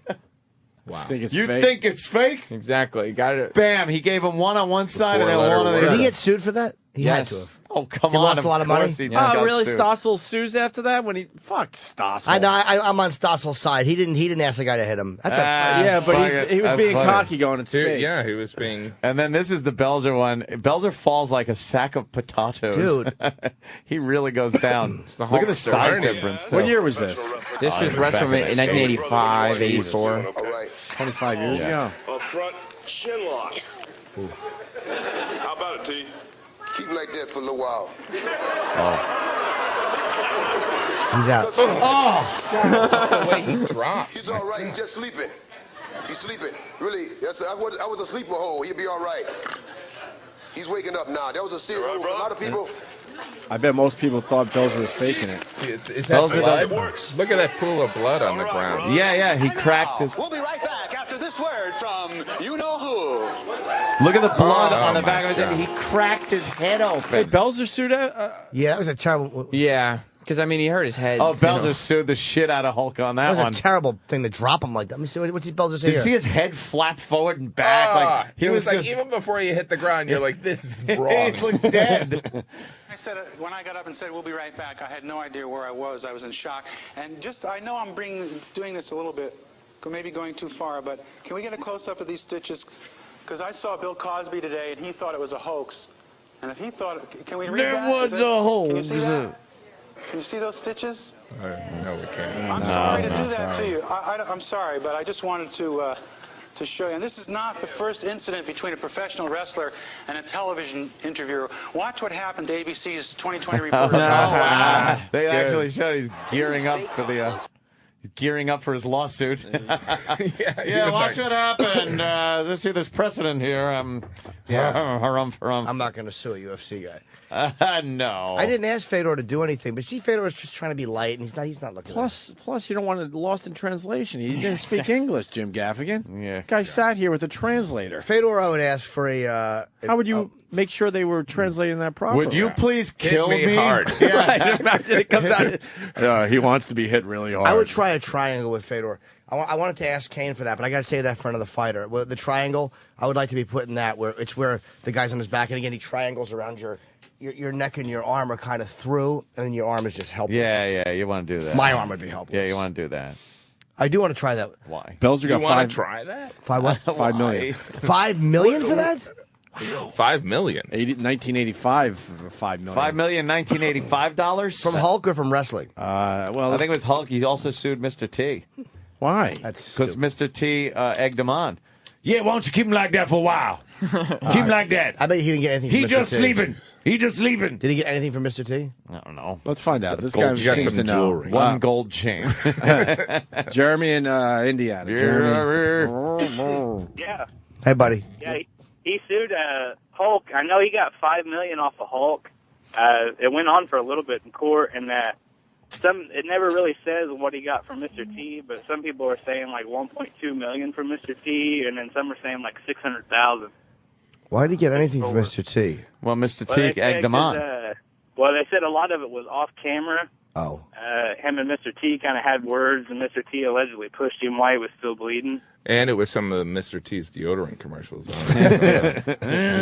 Mr. T then exclaimed, The court reporter's like, I have no idea how to spell that. You find another one, Sam? You're a witness. He then pitied the fool. Is it not true when you pitied the fool, you were actually not pitying the fool? I pity the fool, say I'm lying about pitying the fool. This host doesn't actually get hit, but when they were in Kuwait, a host made some mention to Vader that wrestling was fake. Oh, boy. And Vader is the guy that Mick Foley says is the one guy that actually hits you when you're in the ring. He hated wrestling him. Yes. And they actually kept him in Kuwait like for 3 weeks. They wouldn't let him out. Like they put him in jail. And the WWF at the time had to be like, you have to let him out. Like he was in there for the least. I bet you Vince McMahon. He was in jail because of let what? him rot. Because he let him rot. He threatened the he guy? grabbed the TV host by the shirt collar. Yeah. Vader, watch this now. My turn. I know it's hard. Does that feel fake, huh? Does that feel fake? Does it? Why don't you come down tonight, and before I kick his, I'll kick your.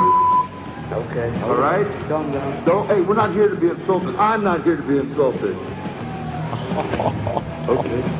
Wow. Boy, people get so scared. Yeah. Well, because you forget that they're giant guys. Yes. So it's like you think that they're just playing these goofy characters, and then all of a sudden they become real people who They're are actually going to beat you up. Yes. What happened? What happened? You were a goofy comic book character. You got a red mask on. Yeah. And now The you're guy's got ready lipstick all over his face. He's like, what's this guy going to do? Kiss me? You're ready to cave my face in now. What happened? We were just chatting. They do not like that fake.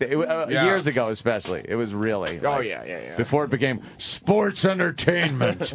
Well, he had no choice. Yeah. All right, it is fake. All right, I'll admit it. Vince McMahon, if you say wrestling's fake, shut up. I'm your boss. Oh, I forgot. Hey, we should promote that Gaffigan's going to be at the Wang Theater in Boston. It looks like Hey, Wang. this Saturday, right? This Saturday. Saturday night at 7 o'clock. Yes. And JimGaffigan.com for the other dates, because there's a lot of them. Yes. Oh. Gaffigan's a very busy man. Gaffigan's doing He's all huge over theaters. television. You see him on many commercials. Selling products. I only do commercials for products that will pay me. Wow. I thought it was not you deciding truly factor. believe in. I really support these these products. No, I giant never thought boxes I would of- make any money doing stand up, so it's like the commercials. How many commercials have you done now? One. That's it. There's one, but they play I've it done a every lot. time on I every know you show. have. You've done more than 50 commercials. Yeah, You've I'd done say a lot of a commercials. lot of them. Yeah, yeah. It's like what is this? 25 years. A lot of TV shows I see you pop up in. It's always Yeah, fun. weird. It's like, hey, it's Gaffigan. Jim and I were both on Bored to Death. Oh, I didn't see which episode were you in. I'm actually in the last one, which Okay. is this weekend. Oh, good. So what do you that's play? fun. I play Ted Danson's therapist. Oh, okay. Very good. He's great, right? Very similar. You played like the guy who ran like a sex club or something. Me and Dominic played two guys who ran a sex club and then kidnapped Jason Schwartzman and held him for ransom, which was great. I got to wave a gun at everybody. It was fucking. Do you know how to hold the gun properly? Yeah. I just waved it like a nervous idiot. I was got to- actually watching, and he wasn't doing a bad job. Did someone teach you though, Jimmy? No, I just You held just it the way knew? I would love to hold it. I held the gun the way I would love to point it at people. I wouldn't point it at those three, but I would love to point a gun at people like that. Just at people like that. Yeah, I gave him a good slap, too. I didn't play games with the slap.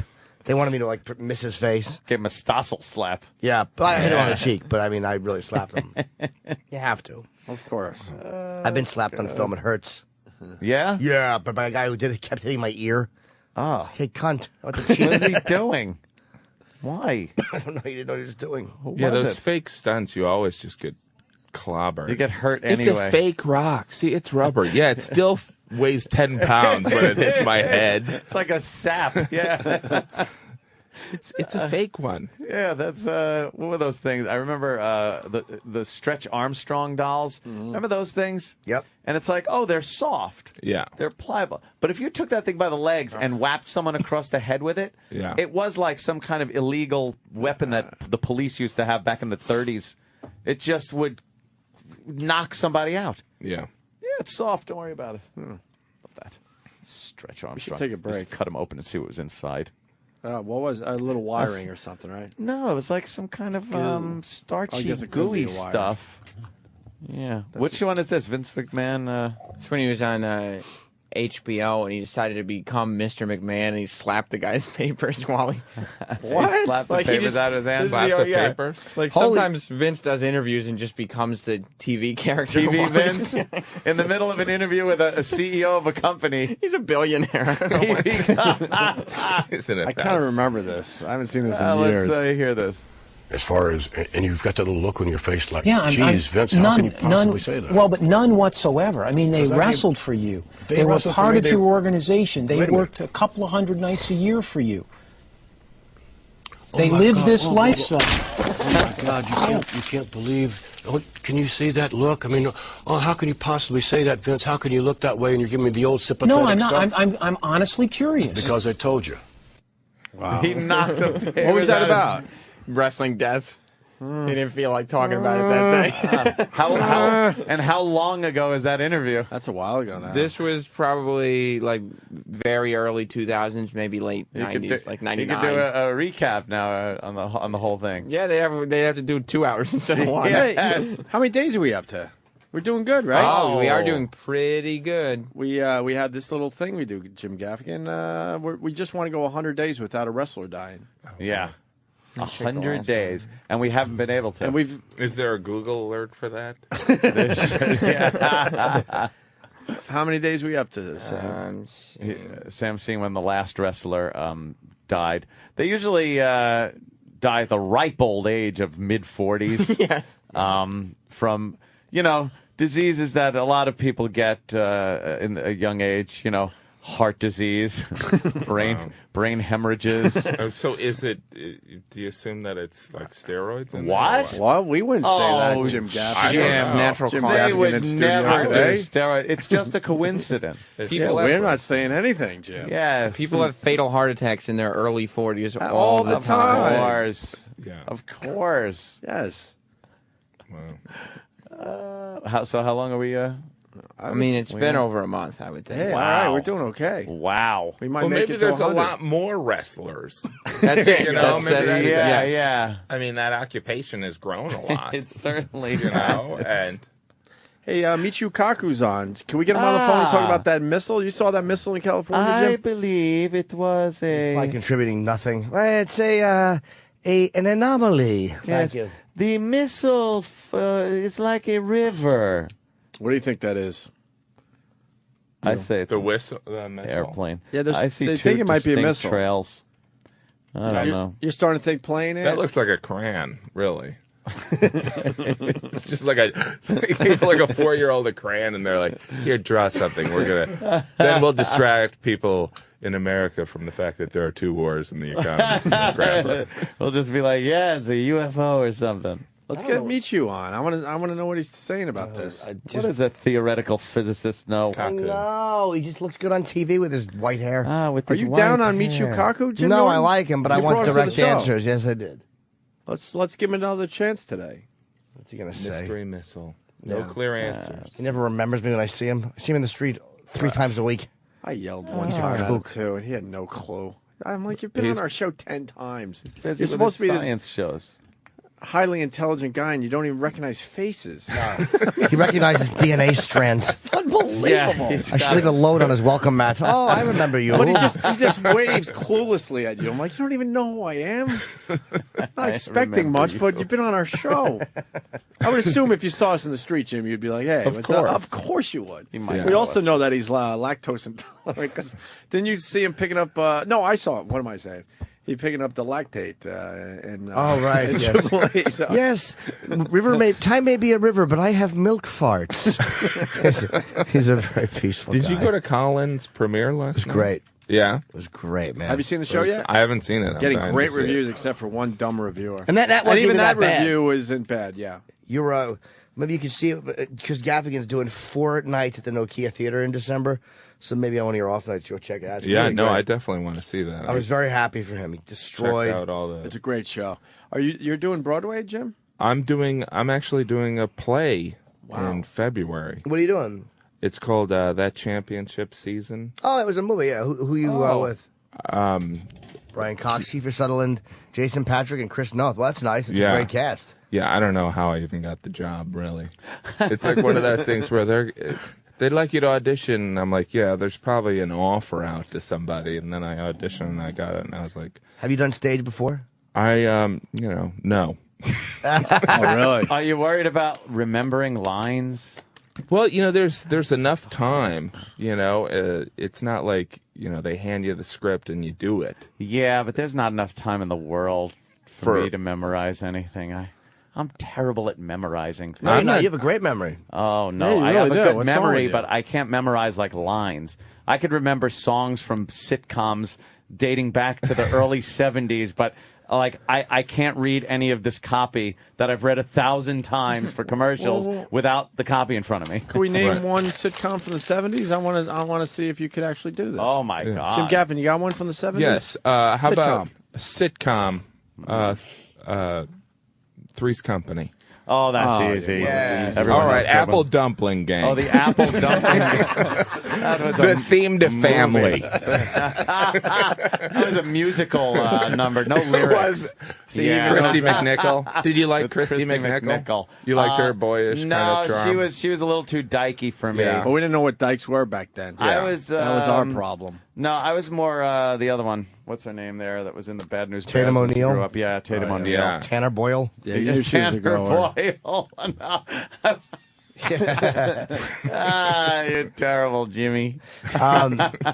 So yeah, you go see Coliseum when you get a chance. It's good to see a comic doing that, man. It's fucking, That's awesome. Yeah. Yeah. When we There's a regroup, lot. He is good. There's a lot of comedians going on. I think On Chris Broadway? Rock's going to be on there. Is he on Broadway? Yeah, I Doing think what? he's going. I don't know. Is it He's doing- stand up or is it like a talk? Because I college. think he's doing a play. Oh, wow. Yeah. Let's break. It's JimGaffigan.com. Jim Gaffigan on Twitter. I follow you on Twitter there, Jim. Oh, you do? And Wang Theater this Saturday night at 7 o'clock. For tickets, what do they do? I think that one might be sold out anyway. Then why are you even here? I'm Why here don't for the you sleep Nokia. in? Oh, for the Nokia They have thing? like 6 shows, and I'm like, all right, how am I supposed to sell 6 shows? Yeah, that's weird. December 3rd, 4th, 17th, and 18th, right? Yeah. So I guess you go to the Nokia Theater online. What is or it? something to get tickets? Nokia Theater, Times Square, Best Buy Theater. Yeah, all these we were talking about. It's like that how many before. names? They're all it's like the however they can make some money, right? Nokia, Best Buy Theater. It can't be named two things. Serial wire. Everyone aisle. knew it as the Nokia. Now it's Theater. called the Best Buy. Yeah. I don't what know. the fuck? I'm excited. Yeah. The Opie and Anthony Show on the Virus. Sirius XM.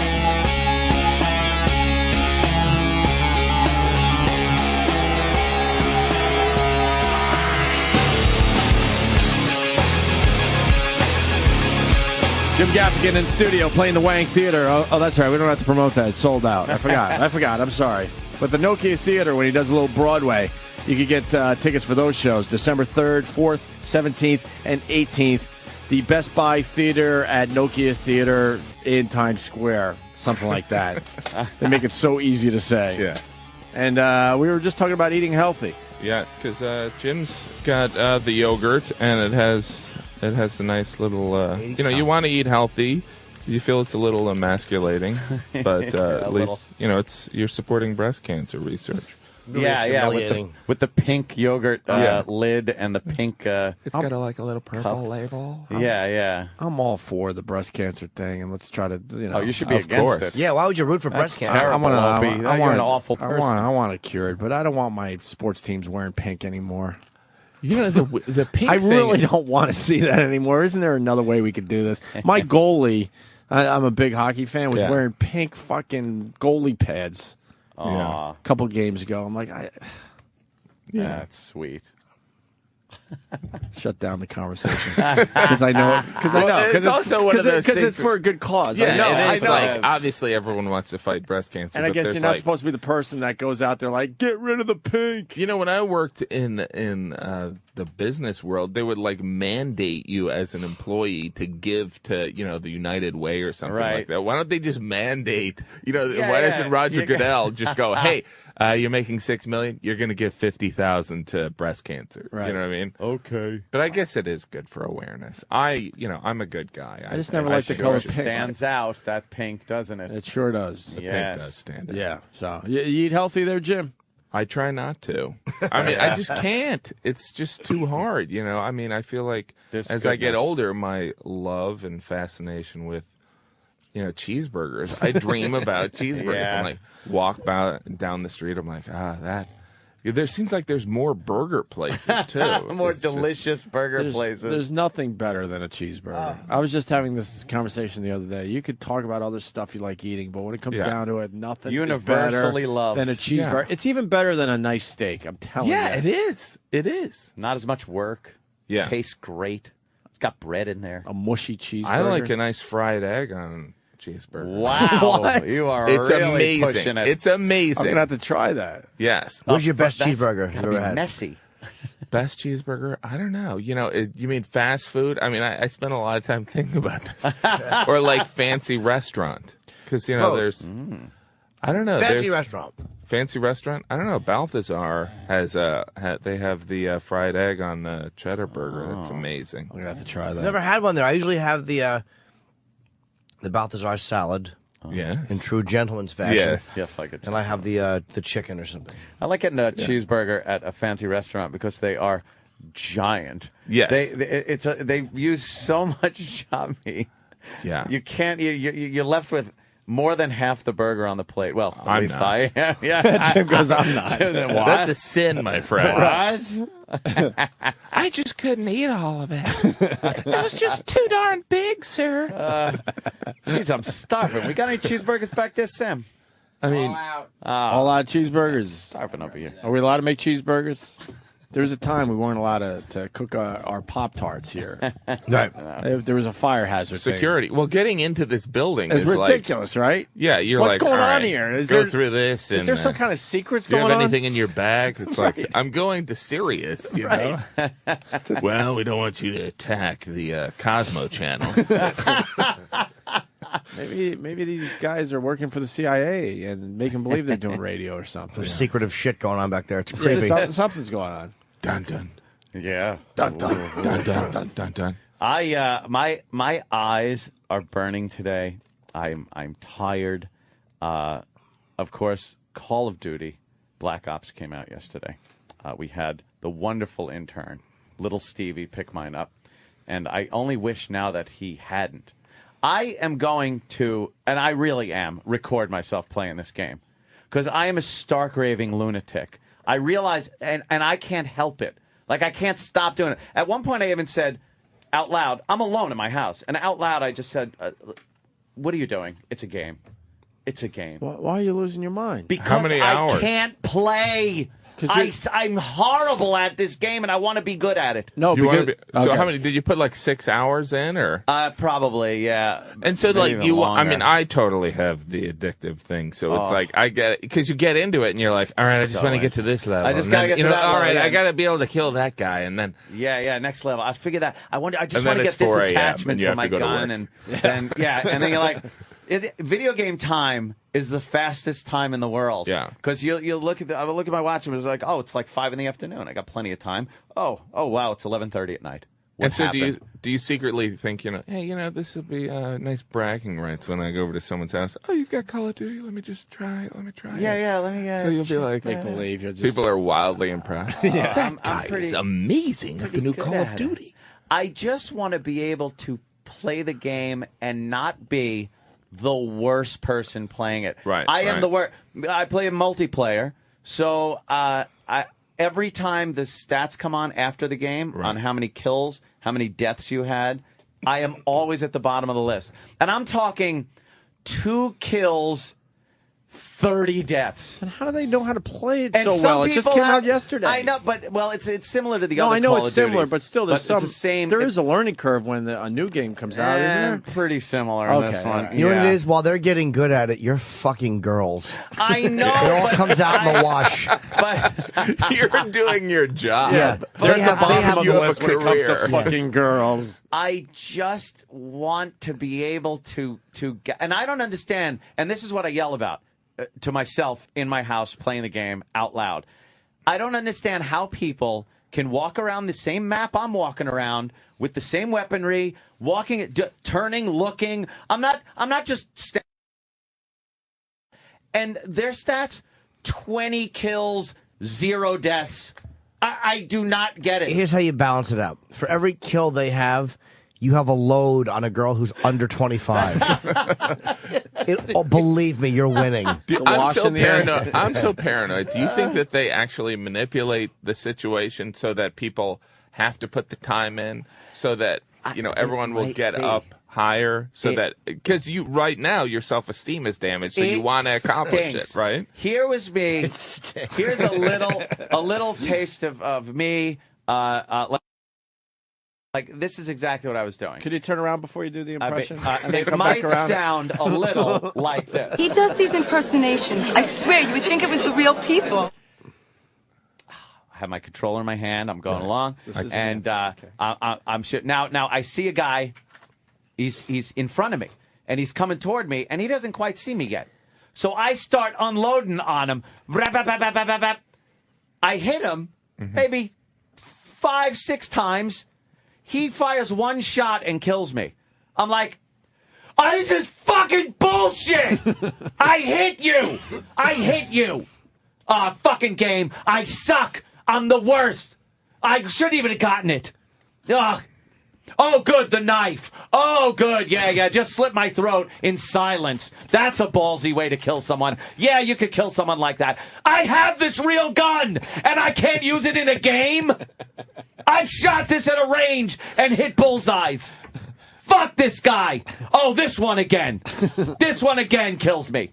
Oh, a grenade out of nowhere. That's good. When I throw my grenades, what do they hit? Nothing.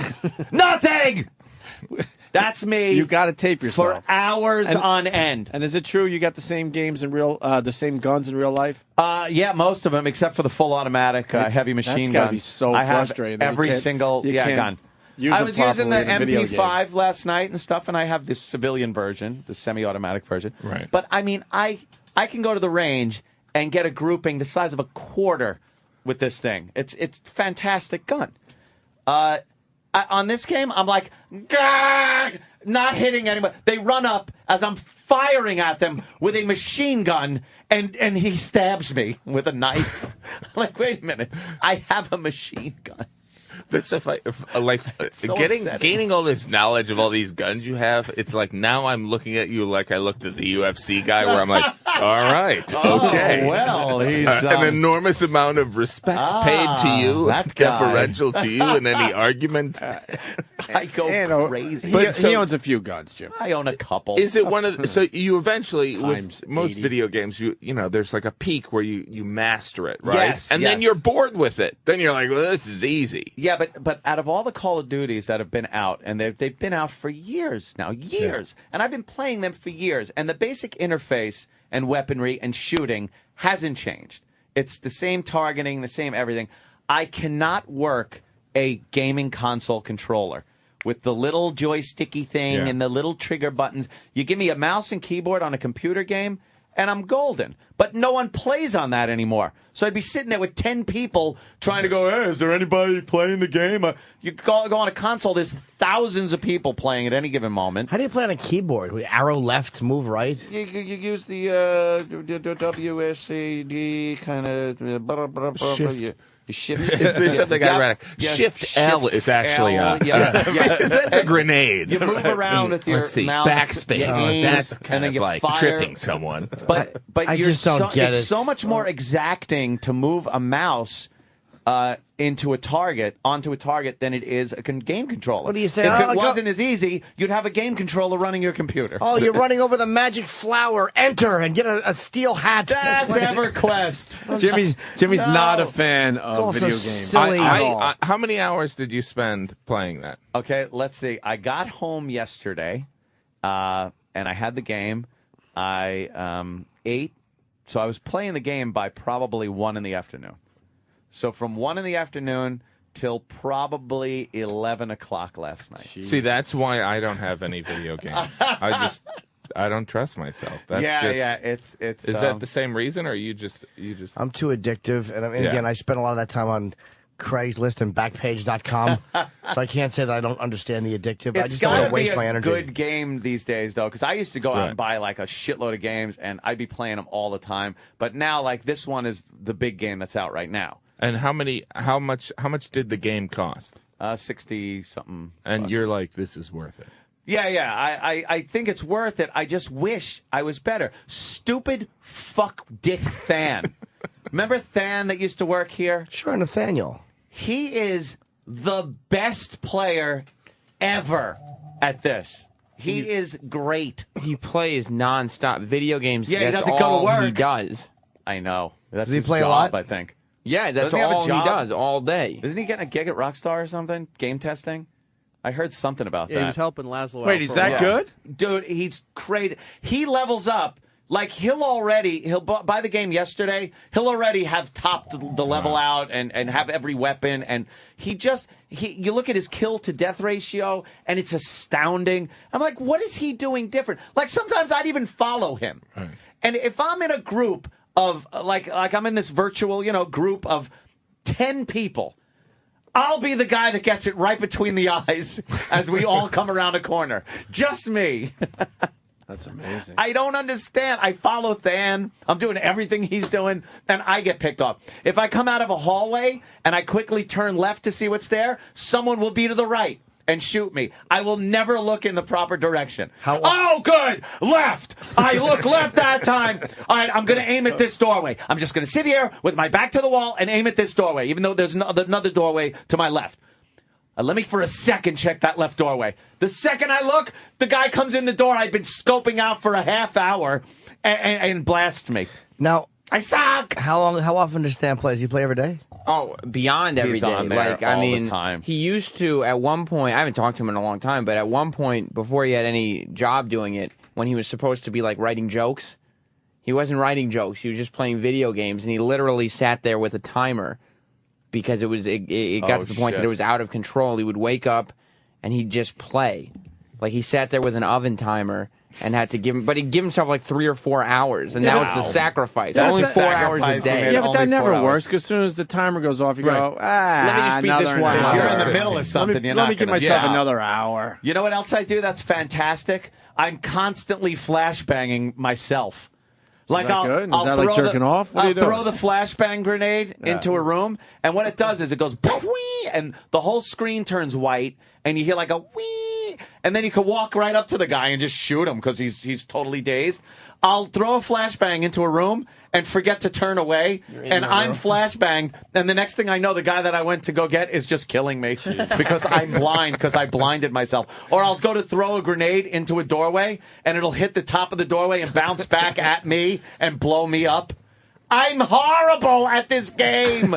I need lessons. Sounds like you enjoy it, though. I love it. Can you get lessons for a game like that? I was like, I bet you could. I want lessons. I'll get you a 12-year-old boy to come to your house. And I'm terrible. He'll teach you a thing or two. Or I'll panic on the controller, and as I'm shooting at somebody, in the middle of shooting him, I'll reload.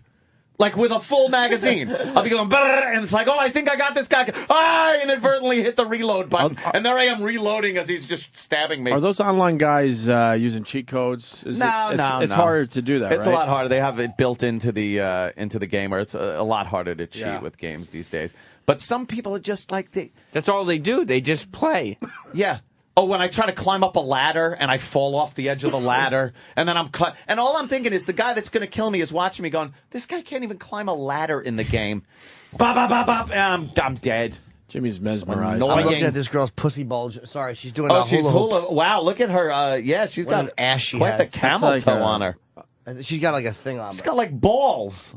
I saw you like leaning forward. You were trying to see if you could see something. Lips, yeah. You were trying to see. I like big I like big lips. The reporter right now is going, that's some camel toe she's got on there. Yeah, huh? good God. Her cunt looks like the Rocky Horror Picture movie poster. And she's laughing good-naturedly with his observation. Oh, you. And then All they right, held well, up a bottle of you're perfume. back in today, I need though, right? lessons. Oh, I'll be. Well, actually, I got gym today. I got the workout, so then I could do that after that. And has gym class.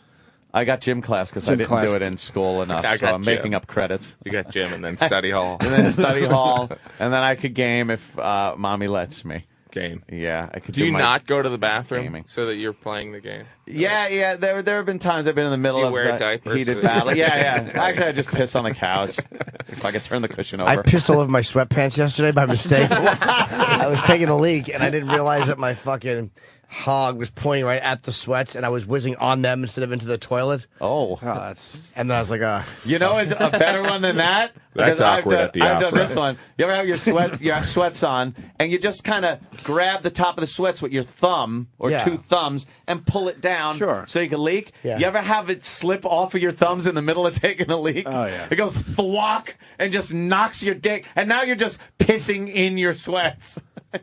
yes, I have done that. every type of urination mishap you can involved in, I've had. Yeah. There's the post-coital sprinklers pee, too. That's the Where you fucking worst. just- and there's no knowing where it's going or how to solve it. It's like a hydra, and you're just trying to get a few of the. It's Medusa's head, and you're just trying to get a few of those snakes in the All you bowl. have to do is squeeze your mushroom, and Well, it yeah, comes but back it together. kind of takes you off guard All for you a second. do. That's all you do. Or you Little got to go. squeeze of the mushroom. You got to push harder to open up the. Right. The Yeah, blockage. the blockage. You ladies don't know what us guys go through with this dick thing. Yeah. I actually will brush That's why my you should nipples. cherish it.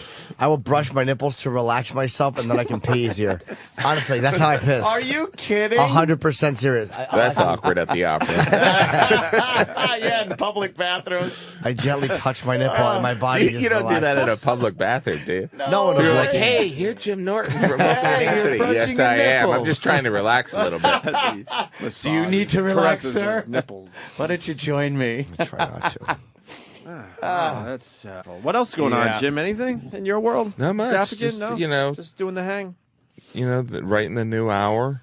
Jim and I were talking about that. Yeah, that's right. It's like you do the topical stuff, which I feel like like when you do observational stuff and stuff on food, you're like, all right, what food haven't I covered here? But it's good. It's fun. It's really exciting when you get that new hour to a place. You're like, all right, there's not like... It feels so that, fresh, right? You don't have to go to the old bag of tricks. Yeah. Which is very exciting. So I have some comics do not feel the same way. It's amazing. They stand in their old bag of tricks and just talk out of it. Oh, my God. It is amazing. Yeah. I've seen some comics. It's like just change your act a little bit, please. For 20 years. Yeah. Oh, yeah. Fucking lazy, man. 20 years. Yeah. Guys are lazy. Yeah, with his bow tie. Oh! I didn't catch it. Hey, it's a Kevin Meaney joke. Come on. Well, funny's funny, though. I like having old jokes to go to if you want to, but it's like it's nice to not have to go to them. Oh, the new joke. That's so fun. Great. A new line. My gosh. It's just, But then you burn it on guys TV and it's heartbreaking. When you're done with it on TV, you're like, I just can't do it anymore. Really? Heartbreaking. You yeah. killed it. Most time. I'll still do it for a little while, but it's I heartbreaking. think it's kind of cool, though. Then you go to the show and you see that. Yeah, but it's kind of contingent on catching Drown you your off little- guard. Drown your little you know? jokes in the bathtub.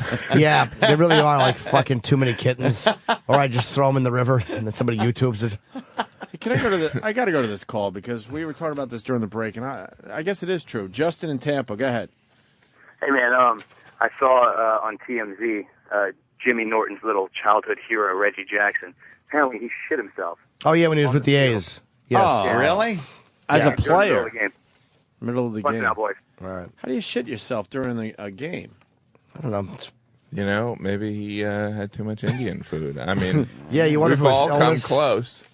You wonder if it was illness or if it was just one of those things where... How does TMZ get that information? I know. He's like, was he like drunk at a bar and he's like, you're not going to believe what happened when I was with the A's. Yeah, why now? This is before I got the candy bar. I had my own candy bar. It was a disaster. And, we were wearing white pants. It was horrible. Yeah, he could have just said he sat on a Reggie bar. I have them all over the place. I had one in my back pocket. Gives That's all them to it me was. for free and rumor, innuendo. That just like highlights that information is out there. It's just Why? It's just completely unnecessary. There's no need to know that Reggie shit himself. I don't disagree. Well, now that I know, I'm glad I do. But I didn't need to. I'll never look at him the same again. I'll look at him now with more love. He's my favorite ball player. Yeah. So I'll really enjoy him a lot more now. 'Cause Yeah. He's so cranky to people. He wants no part of fans. You met him, right? Yeah, I did. I got him to sign a ball and took a He picture. could care less, though, right? Which Coulda one? Yes, he signed my ball with his foot. he was out here in the lobby, and the guy from the sports channel arranged it because Reggie he doesn't fuck around. They said he jumped the turnstile to get up here, like he wouldn't wait in the lobby, like he wasn't going to wait for these security douchebags. He just hopped the turnstile, please. And they were pissed off. And they're like, someone's like, just if you give an autograph, they'll be okay. And he just refused. It's like, no, I'm not giving him an autograph. Wow. How do you not love Reggie? That's awesome. What a crotchety fucker, huh? Oh, he's been fucking hounded for fucking 30 years. He's done with it. He's done with fans. Yeah. You think? Yeah. He's had it?